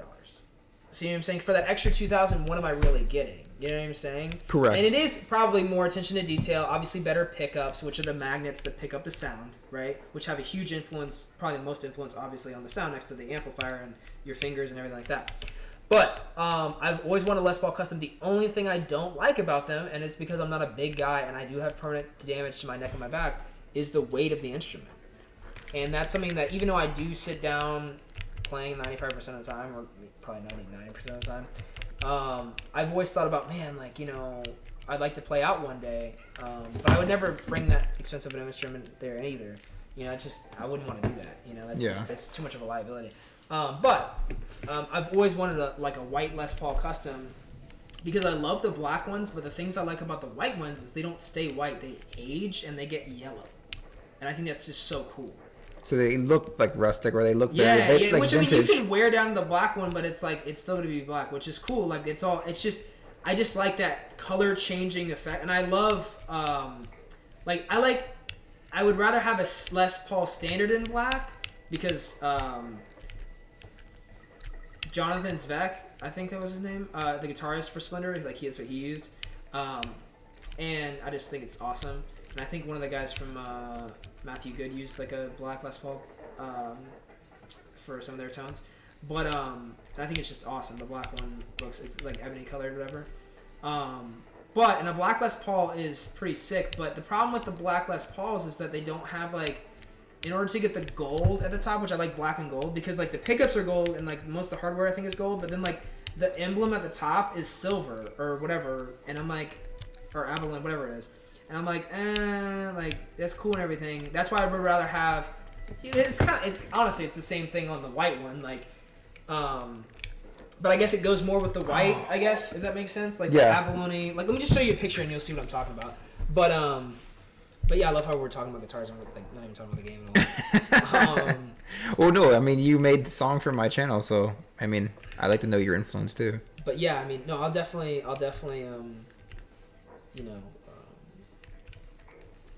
Oh, and if you guys have never heard of Dokken, please look at Dokken. My favorite song by them is "Without Warning." It has the coolest intro ever, and the cover of the album. Tooth and Nail is this Godzilla claw coming out of the water, but that's looks actually really cool. It looks like it's. I'm gonna show you right now, and it looks like it's literally ripping out of a poster, I guess. What? It's sick, dude. Look at this. Dokken, Without Warning. I don't know. Well, it doesn't matter. It's gonna show the. Yeah, dude. Look at this. I don't really want to play this song just because of copyright, but. Let me just mute it and see it. This song right here is amazing in Donkey Kong Country, by the way. Oh no, it is. See that? Dude, that looks awesome. Isn't that sick? Put it up to the webcam just so people could see that picture. How do I guess. Yeah. Wait, you almost got it. There. Oh, dude, my bad. I don't want to get in front of you. Oh, there it is. Yeah, that's really cool. I know there's like lag on the screen, so I can't really. Oh, probably like right there. That's probably it. Yeah, it's pretty awesome. Yeah, so that's awesome. But anyways, so let me look up. Yes, yeah, so Gibson Les Paul Custom. And then I'm going to show you this other guitar that I think I'm going to get next, but I'm a little worried how it's going to be sitting down. But I want it because of the weight, and I think it looks really sick also. But this is a Les Paul Custom. I know you're like playing at the same time, so it's kind of like hard. Oh, I saw. I just took a glimpse of that. It looks really nice. Yeah, so that's like the black one, the black and gold, which is sick. But I don't like the fact that it just kind of stays. I mean, it's cool, like it stays that color, whatever. It's awesome. But the white one just ages and it becomes yellow, and I think that's like it looks so sick. Like I don't know, I just think that's cool because I like aging of guitars. I don't really like relics, like unless it's natural. Which relicking is just when people make it look beat up. But it's, if you look at my Super Nintendo, it's literally yellow, but that's just from like. Oh, I love and this one's kind of yellow too, right? That one's well. Like cream. I mean, I like using the same ones. I don't know. I'm weird. I'm like, this is like my original. I like using it, so it does age. So I guess it's kind of like that with the guitar too, where it's like it holds its age. Where it's like that thing's definitely been played. You know what I mean? Oh yeah, dude. Yeah. I think it's got a storm outside. But see, dude, that's the that looks like that's just I just want I don't know. I love that. I think it just looks so, dude. And I'm gonna get one of those eventually. But like, part of me wants to get a brand new one, just because I don't want to spend that much money. Obviously. Yeah. I mean, I would get it for a little bit cheaper because they know me there, and I've purchased some PRS guitars, which are like awesome guitars as well. But the thing is, and I may end up getting a PRS 594 single cut in white, but I'd have to wait like 8 months. Yeah. And because they make that color, but it's like a special order, so which means I couldn't return it if I didn't like it. Number one, which is annoying. I'd probably have to wait at least 6 to 8 months, maybe even longer. And I'd still be paying for it while I'm waiting for it, and I don't even have it. So that's like you know what I'm saying? That's kind of absolutely. Like, whereas this Kiesel, like I've already paid it off because they're way less expensive than that. And I'm getting a super high-end quality instrument. It's not like, oh, it's good quality, but, and people say their things about Kiesel guitars, but this will be my 4th one, and all of them have been quality instruments, Have you seen... Not that No, go ahead. Have you seen the ending of this game? When you fight King K. Rool? Yeah, have you seen the end of this game? I've seen it, but I didn't really pay attention to it because Jarvis was playing it. Okay. Do you know the lore of Country 1?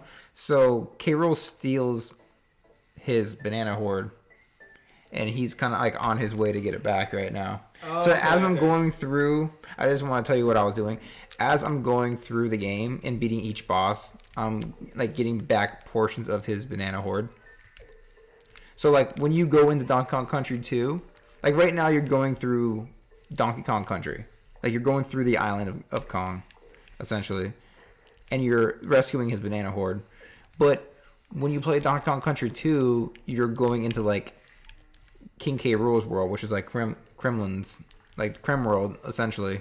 Where like you like one of those stages, like the full worlds is like a pirate ship, and then you go through like his island. If that makes so, it's kind of cool. That's like cool, yeah. Yeah, it's different. It's like the same type of thing, I guess, but you're going through his world. So yeah, and the themes are like more piratey because they're pirates. Yeah, that's cool though. So you see like the variety, like the Kremlings look like really cool. Like there's some with like peg legs, and there's some with like different. Oh, that's neat. So what's like the most critically? I mean, like what's the favorite for most people too? Probably part 2, yeah. Diddy Kong's Quest, and then you play as Diddy and Dixie. So what about Daisy? Is there Daisy Kong, or is that even a thing? No, I think that's Dixie. Dixie is what you're thinking of. I'm thinking of Daisy, probably Mario or something. You're thinking of Mario Party and Mario Land. So like in Mario Land, there's Daisy. That's kind of like where she originated from. And then in Super Mario Brothers, it's Princess Peach. So that's why we have two different princesses. So whenever you see like Daisy, it's from the Game Boy series, and then whenever you see, wow, fuck, I was so close. Some of those just these later stages are really tough, but that's where the two princesses kind of come from. So, and then Rosalina is what, Galaxy? Yeah, that's where she comes from. Yeah. So, and she's kind of, I don't know her whole story, but yeah. I just want to let you know. No, because I mean, I didn't honestly know.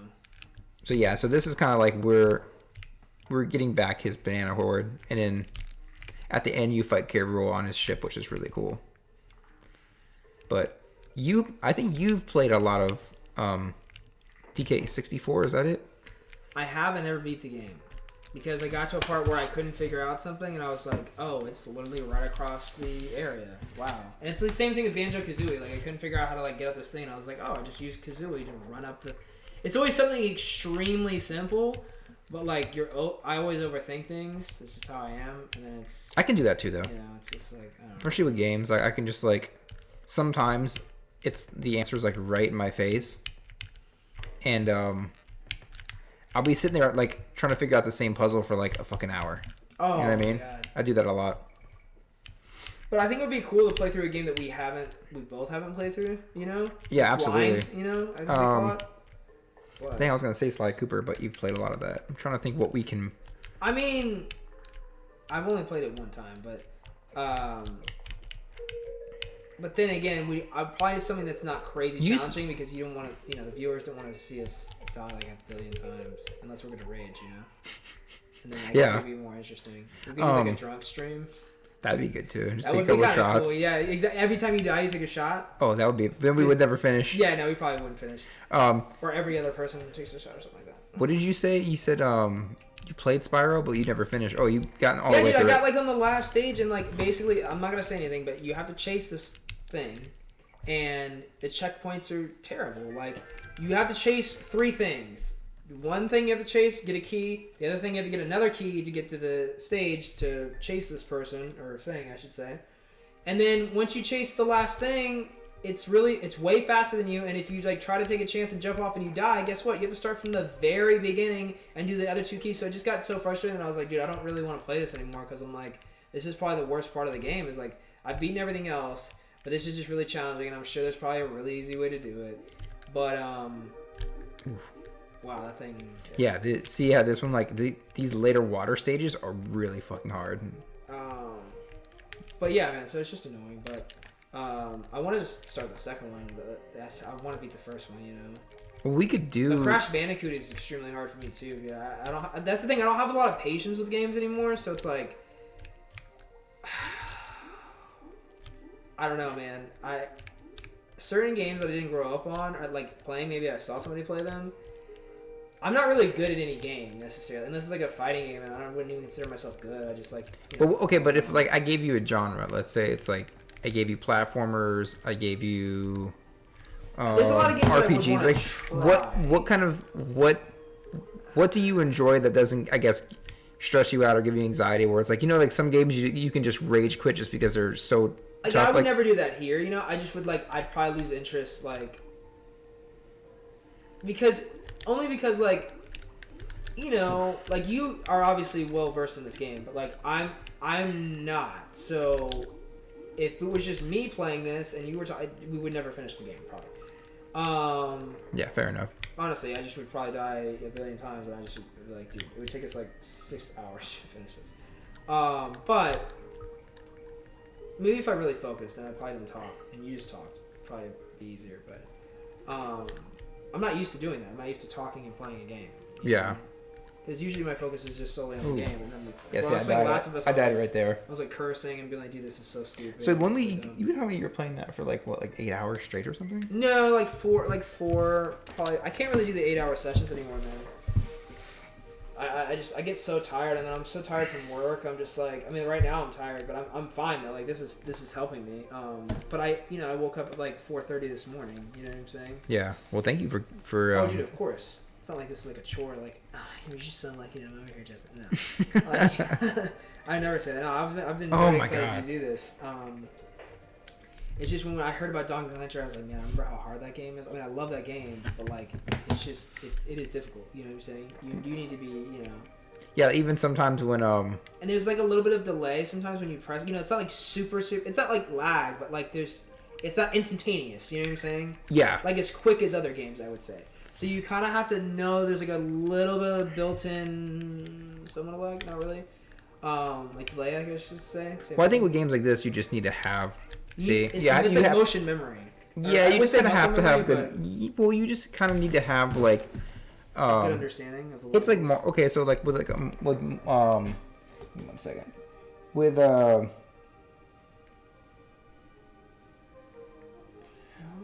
games in general, like platformers, and like especially you were saying because you were playing the Legacy Collection for Mega Man, it's just trial and error. And I feel like once I give that game more of a chance, it's just I do like to play some of those games that are difficult with friends, But single player games, like I find myself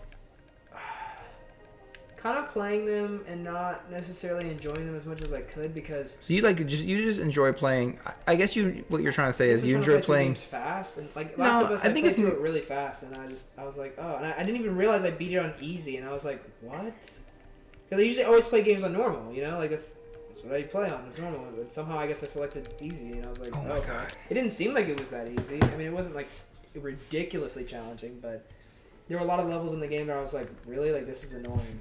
Yeah. Like, there's this one part where you have to like, kill this person, and like all of a sudden he's like super fast, and like if he sees you, like you're basically screwed. Like that's it. You know what I'm saying? Like, and it was just really. So they're like stealth missions, or. Yeah. A lot of it's stealth, which is fine, but it's very repetitive in certain places. And I'm sure for a game that came out in 2013 at the time, it's probably amazing, and it still was a very well done game. But there was a lot of.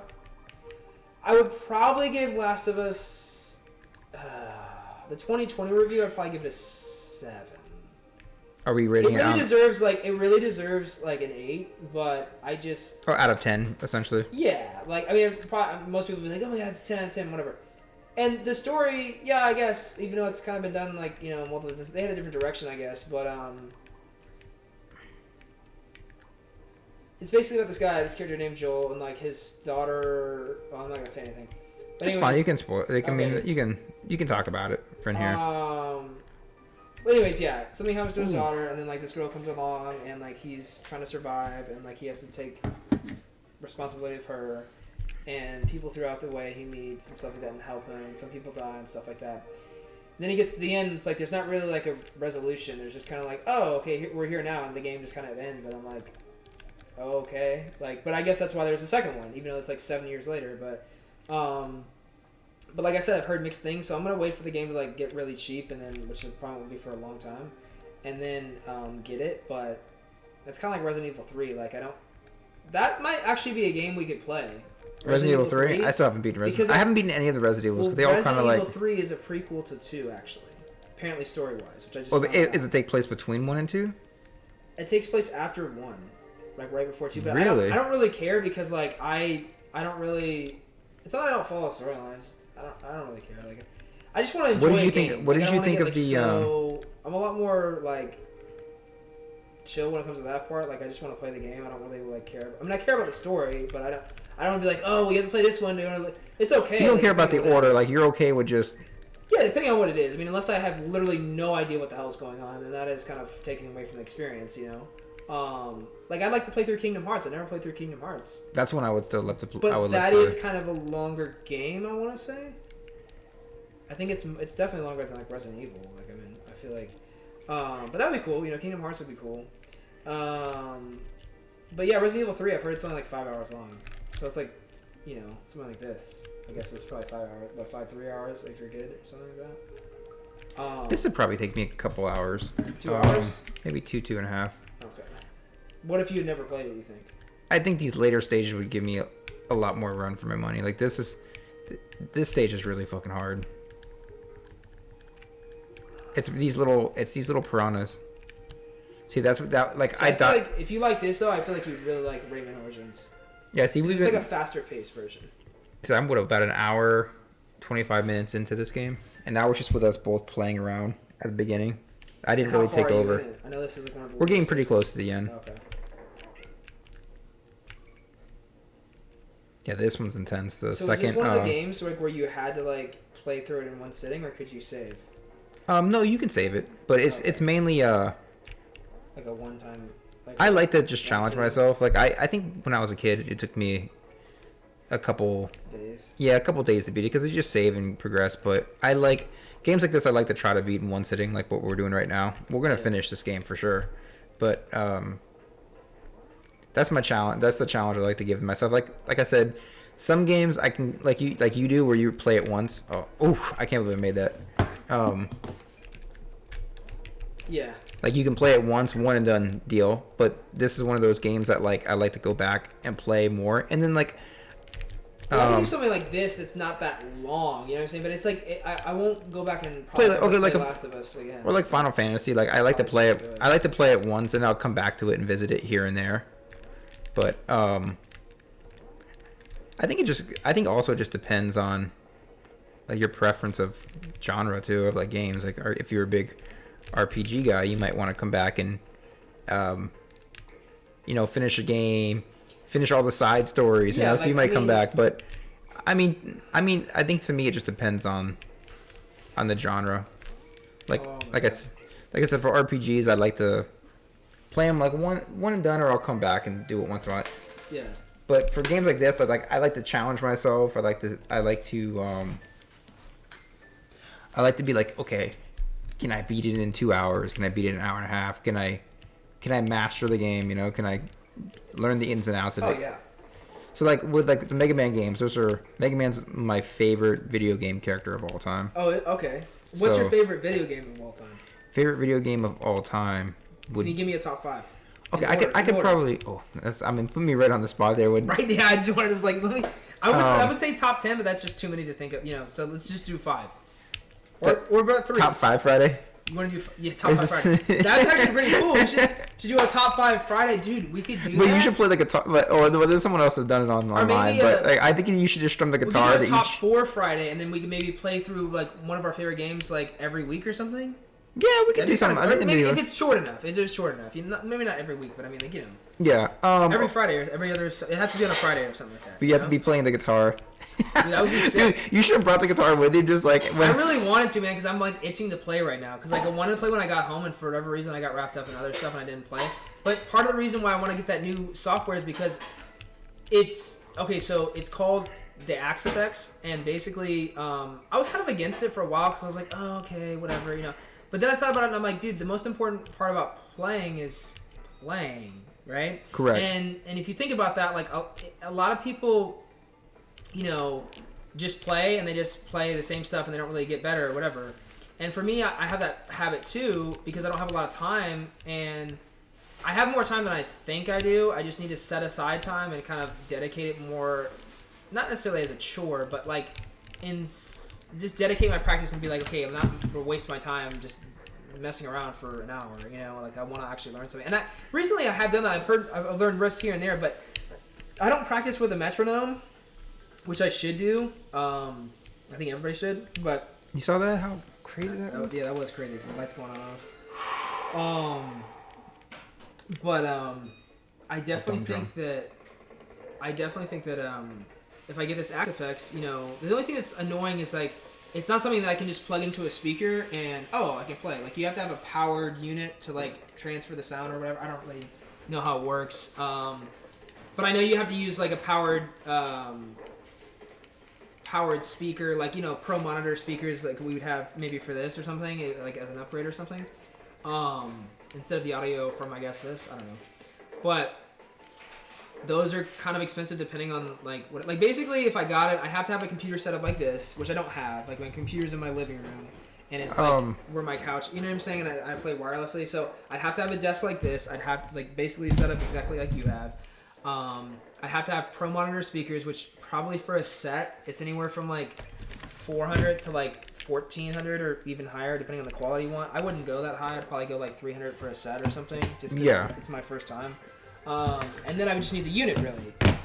Certain things like plugins, which is kind of similar to what this is. We're in the final world, by the way. Okay, awesome. Because I'm done playing this, all right? No, I'm just No, you're fine. You're doing good. But no, I mean, so anyways, but like that was the thing earlier that I talked about where I had to like be on the wait list. I don't know how long it's gonna take, so I'm like, I mean that's a good thing because I can just save up money and I'm trying to pay off my car anyways.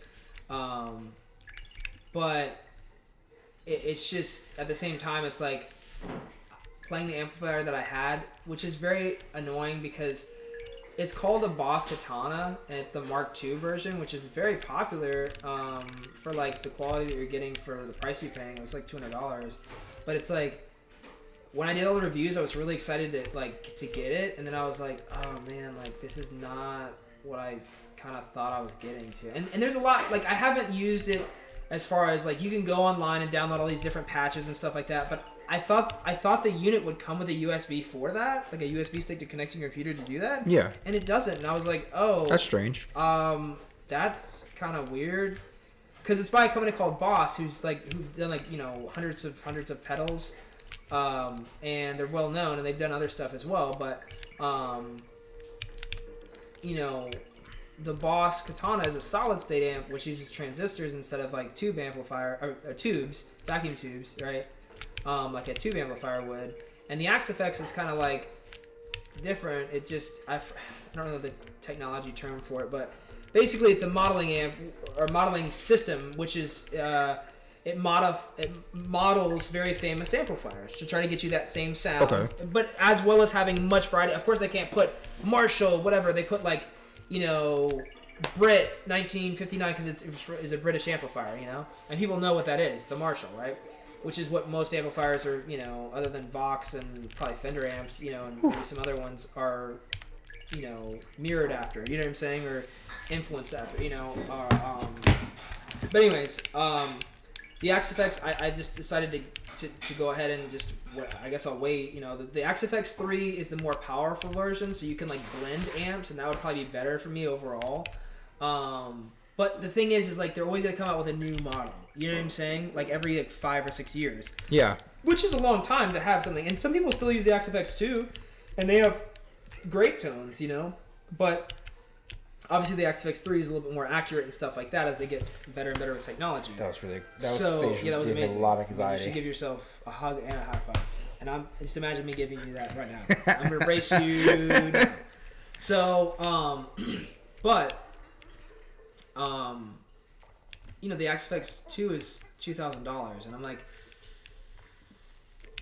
I'm thinking about it and I'm like, okay, I really should just get the FM3, which is the floor model version of that, which is less powerful, so you can't blend 2 amps together. But it's my first, undertaking in really, other than like a Line 6 pod farm, which is, widely known. But that was kind of like one of the first, type of modeling, or plug-in type things where you could get a digital sound out of something other than an amplifier, you know what I'm saying? Or, right. Your digital amp, whatever. And I got some pretty decent tones out of that. And the thing I remember about the pod farm is like I was like creating my own stuff, and I was like, oh, this is cool because I have access to a delay now. I have all these pedals that I like. I like the physical. It's like games. Like, dude, I want to collect pedals just because I love the artwork on them. Okay. And they're sick, but like some of them are really expensive. And then I'm like, okay, well I have to hook them up obviously to use them, and then it just kind of becomes like people have what's called a pedal board that they use, and the Axe-Fx I guess actually really works very well with pedals. It takes pedals very well, which is cool.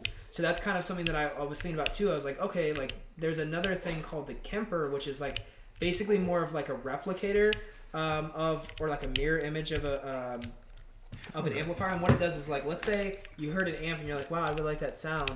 I want to get that sound on the Kemper. Well, what the Kemper does is it takes a screenshot basically of that sound, and it mirrors it basically on your Kemper, so you can have, like, if you have all these expensive tube amplifiers and you don't want to travel with them, you can get that sound down to like 95% or whatever. It's basically indiscernible for someone who doesn't like listen to music, Yeah, no, that makes sense. And even people that do, it's just still very hard to tell. Like if you had an A/B comparison, it would be very hard to tell what the difference is, especially like through computer speakers. Yeah. So anyways, I thought about that, but then I thought about, well, Kemper you usually have to download profiles because, unless you're profiling it yourself, unless you have all these expensive amplifiers or you go to somebody's studio, you're not going to have that profile. So you have to buy it from other people that have those profiles that did that, right? And I'm like, I don't really want to do that. So I'm like, I'd rather just get the Axe effects where I can buy certain patches if I want to, but I don't have to, and I have like a plethora of options from the start, that are really accurate, and there's always like firmware updates and stuff like that, I don't know if they still do Axe FX 2 updates, I don't know in the firmware, but or they still support it, but and of course I would have rather gotten it, in 2018 when it was released, but the FM3 just came out this year, so I'm like, all right, cool, like it's half as expensive as the Axe FX 3. It has a really cool interface on it. Like I like that it's kind of simplistic because I don't really want to sit there and tweak and stuff. And there's a guy that I watched named Leon Todd, and he goes into depth about, okay, this is what you want to look for with this. This is what I like to do with my amp settings and stuff like that.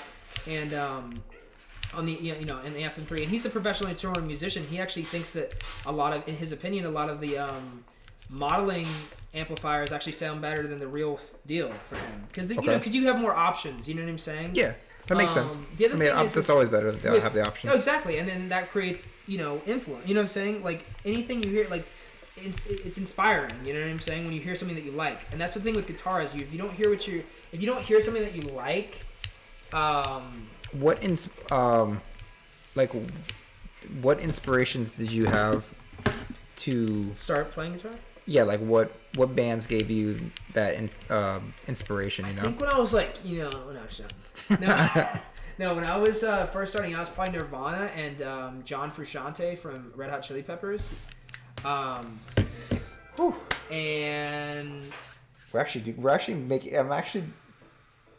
I'm saying we.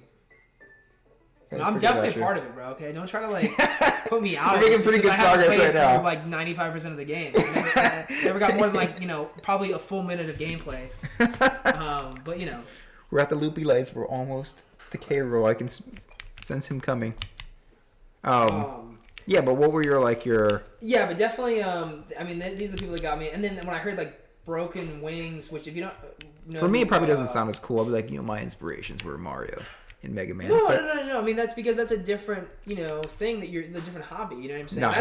No, I love video games, but I love guitar more just because I get frustrated with certain video games. I don't get frustrated on guitar. Well, I think that's why we work so well. It's like you're like a music aspect, so you can appreciate. Yeah, and I love video games too. It's not as something that's. And I mean, dude, I'll have games where I literally will have, Breath of the Wild. I played that game for I think one time I probably played that game for almost 12 hours straight. It was literally that. Did you get it? When did you get it for your Switch? Didn't you? Because I remember when you got the Switch. Yeah, I did. Was I did. And then I got it and I just played it for a little while and I was like, that's cool. But then I got and then Jarvis is the one who really got me into it because he borrowed my Switch and he every time I talked to him, he'd have that the shrine sound in the background. He's like, so you could tell he was playing it. And I'm like. Did you get all the mini shrines? Because wasn't there over 100 shrines in the game? I think there's 120 shrines, which is funny because that's a Mario 120. You feel like it's the comparison of Mario's. It's kind of like getting the Power Stars of Mario. You have to complete each little mini. You have to find them, and I like that. And I got I don't know how many I have. Some of them they were very probably 50. I don't know. There's some of them that I found that I haven't figured out, but I don't want to look it up because I've only looked up one thing so far in that game, and it really pissed me off because it was so simple, but. It's one of those games where if you don't pay attention to what happens at the beginning and you take 6 months off of it, you can go back to it, but there's certain fundamental things that how it's usually something very fundamental that's in the beginning of the game. Oh, why did I do that? If you don't remember, then you're oh, I'm not gonna do that. Literally, there was this one part where I had to. Have you beaten the game?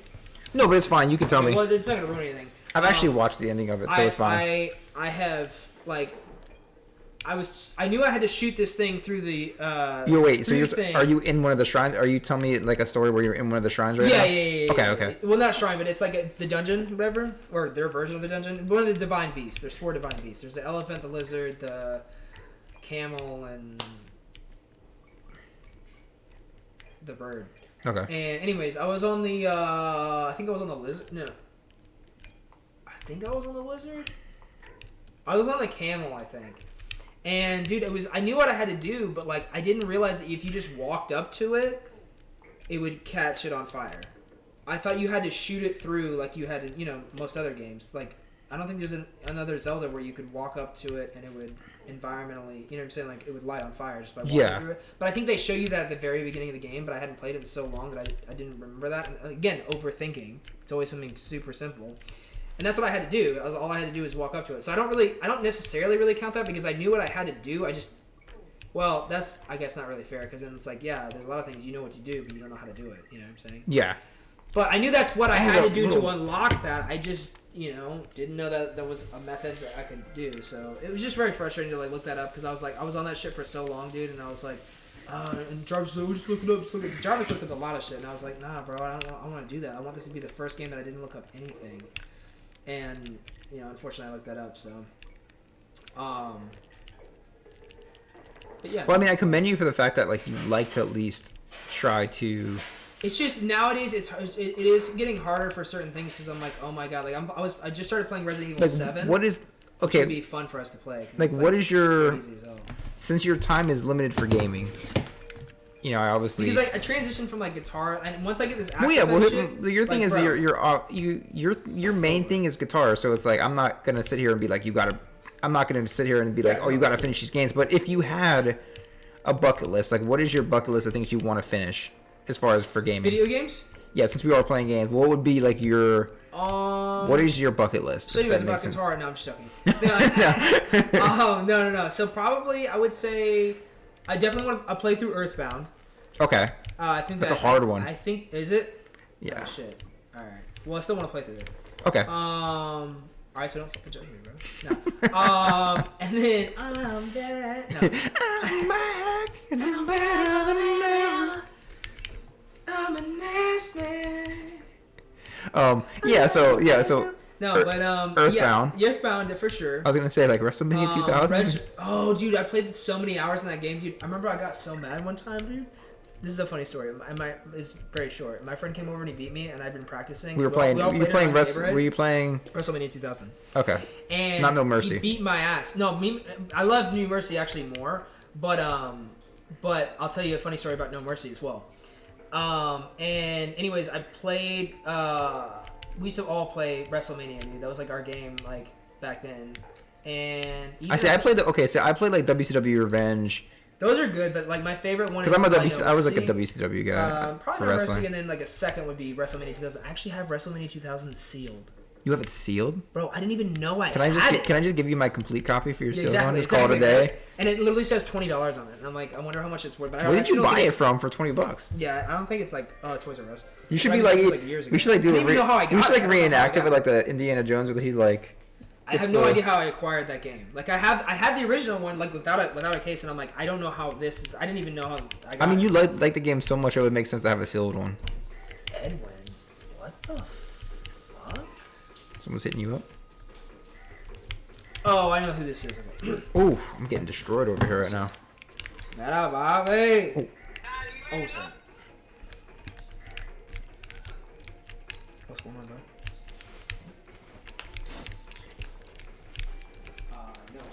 Oh, there we go. He'll be back. They all come back eventually. There we go. Come on, Nicky. Woo.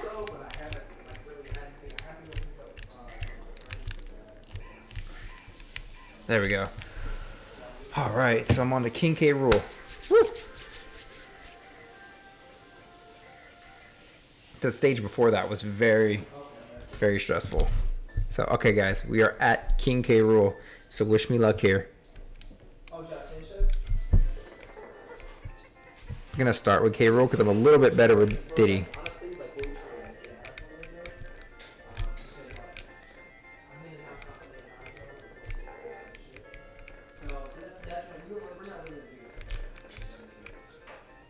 There we go. No. Oh, I'm present.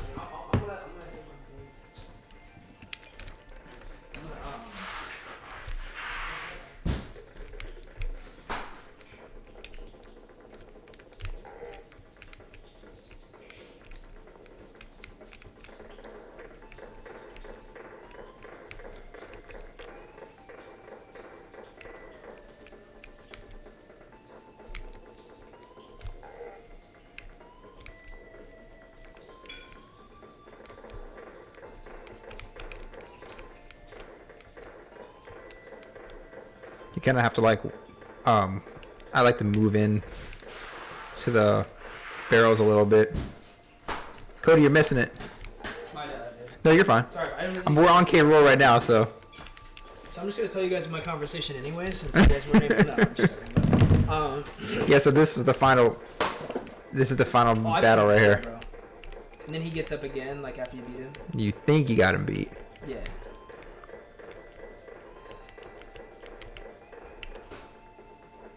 Woo! I love the sound effects in this game. What was that? That was like, I think it was Super Mario Sunshine. It was like, and it was like, oh, you talking about the thwomps when they hit the ground? yeah, They sound very much like Kremlings. What is that? That's when like the.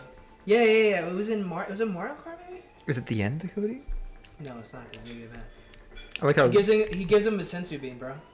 Oh my god. You can't see him, but he just came down. Woo! So he's gonna do a lot. Isn't that gonna come back?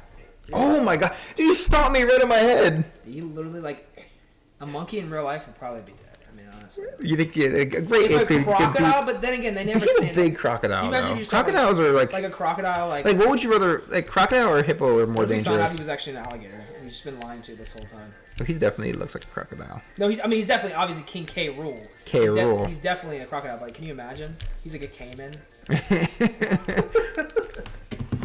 Oh my god, I'm getting.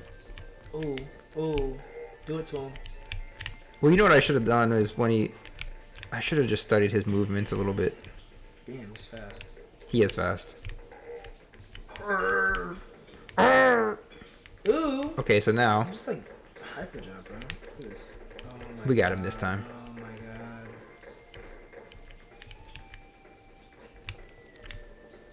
god.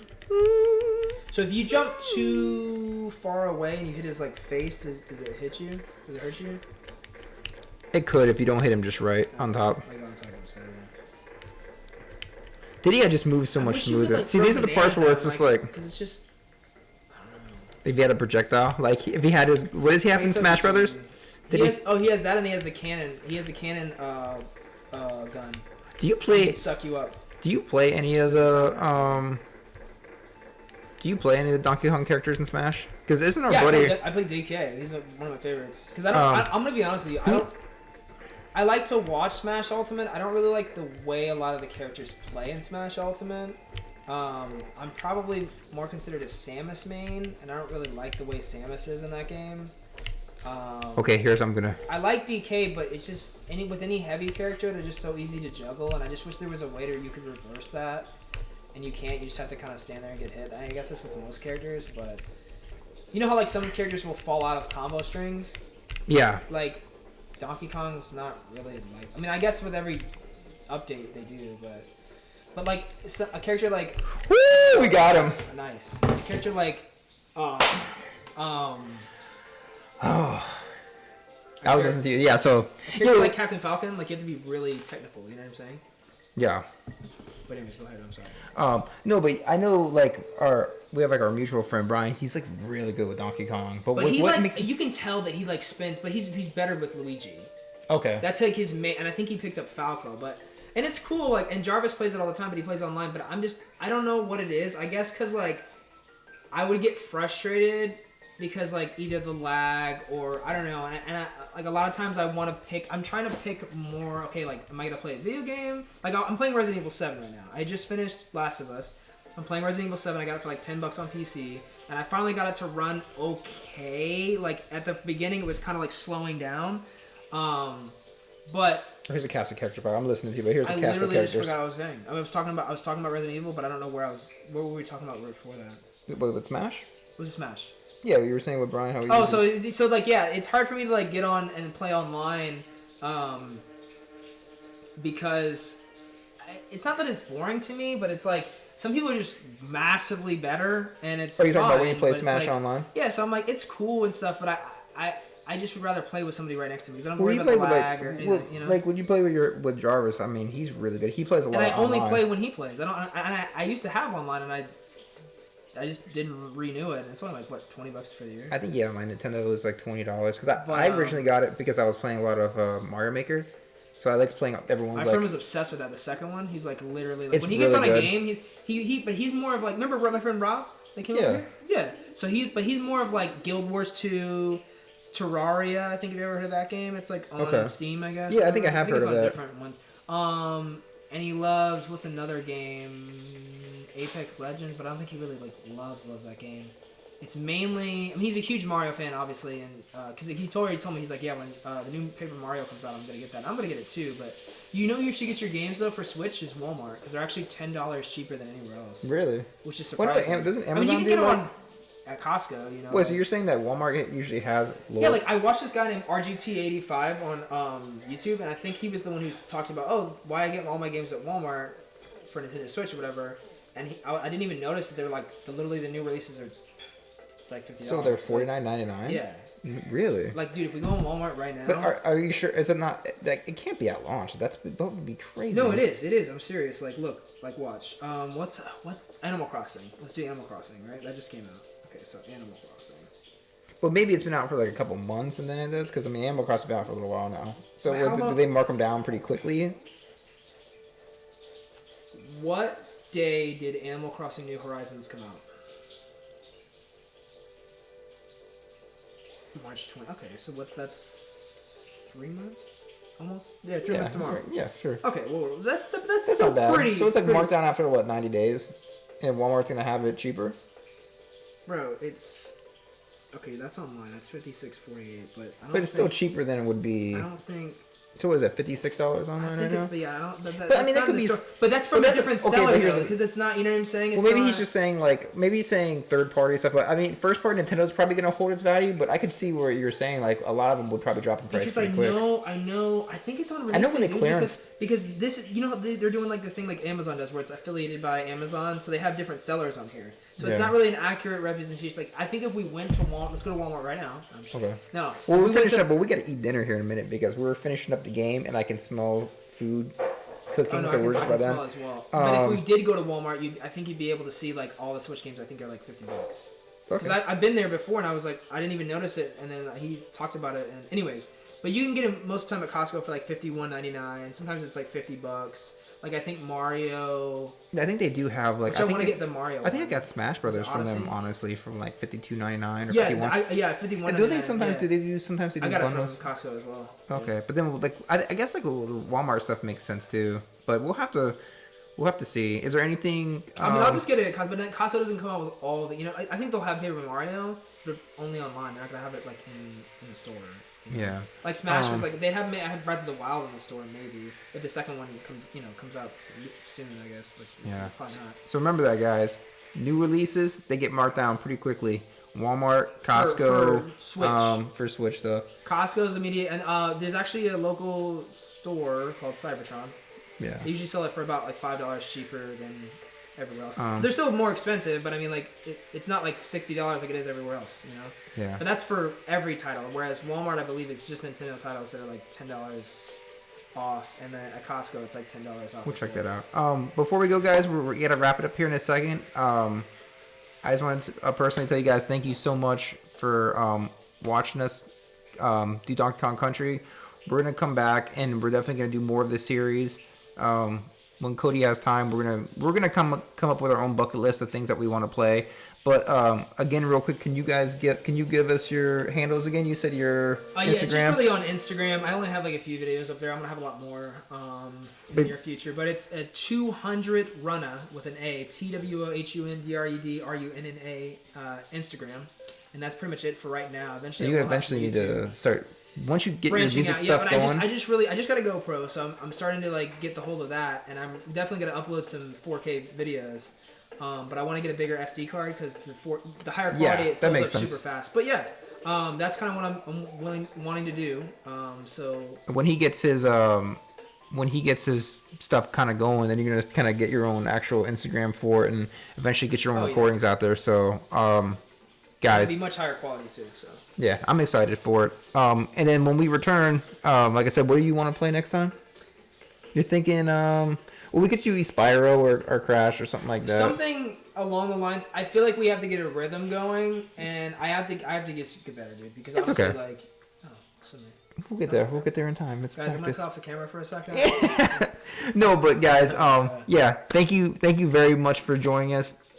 If you haven't checked out the channel before, Rockin' Cat Reviews on Instagram, Rockin' Cat Reviews on TikTok. I will be doing another giveaway on Instagram in the next few months, so please look for that. If you guys liked what you see and you want to go back and watch this full playthrough, I'm going to have it uploaded on YouTube in a few hours. It will be on Twitch temporarily until I have a bigger following. On Twitch, a lot of my full streams will be, they're temporary until you actually are affiliated. So, guys, if you're not following, if you can follow the Twitch, follow the YouTube, it's very much appreciated, just to get my channel kind of out there. But thank you very much again for joining me. We're gonna kind of end it right here for now, but we will be back soon, right? Yes, sir. Very soon. Guys, thank you. Pleasure. If I'm not back on later, I might come on later on tonight and try to do a couple, quick speed runs here and there. I kind of want to come back and revisit Ninja Gaiden. I want to play some more Jackal. I think I have that up there on Twitch right now. I'm not sure, but yeah, guys, thank you very, very much again. And like I said, Cody's big into music. If you have any questions about guitars, music, you can hit him up on Instagram. And like I said, if you guys know where to find me, so I'll be here. And we will catch you guys later, okay? Have a good one. Take care. Take care.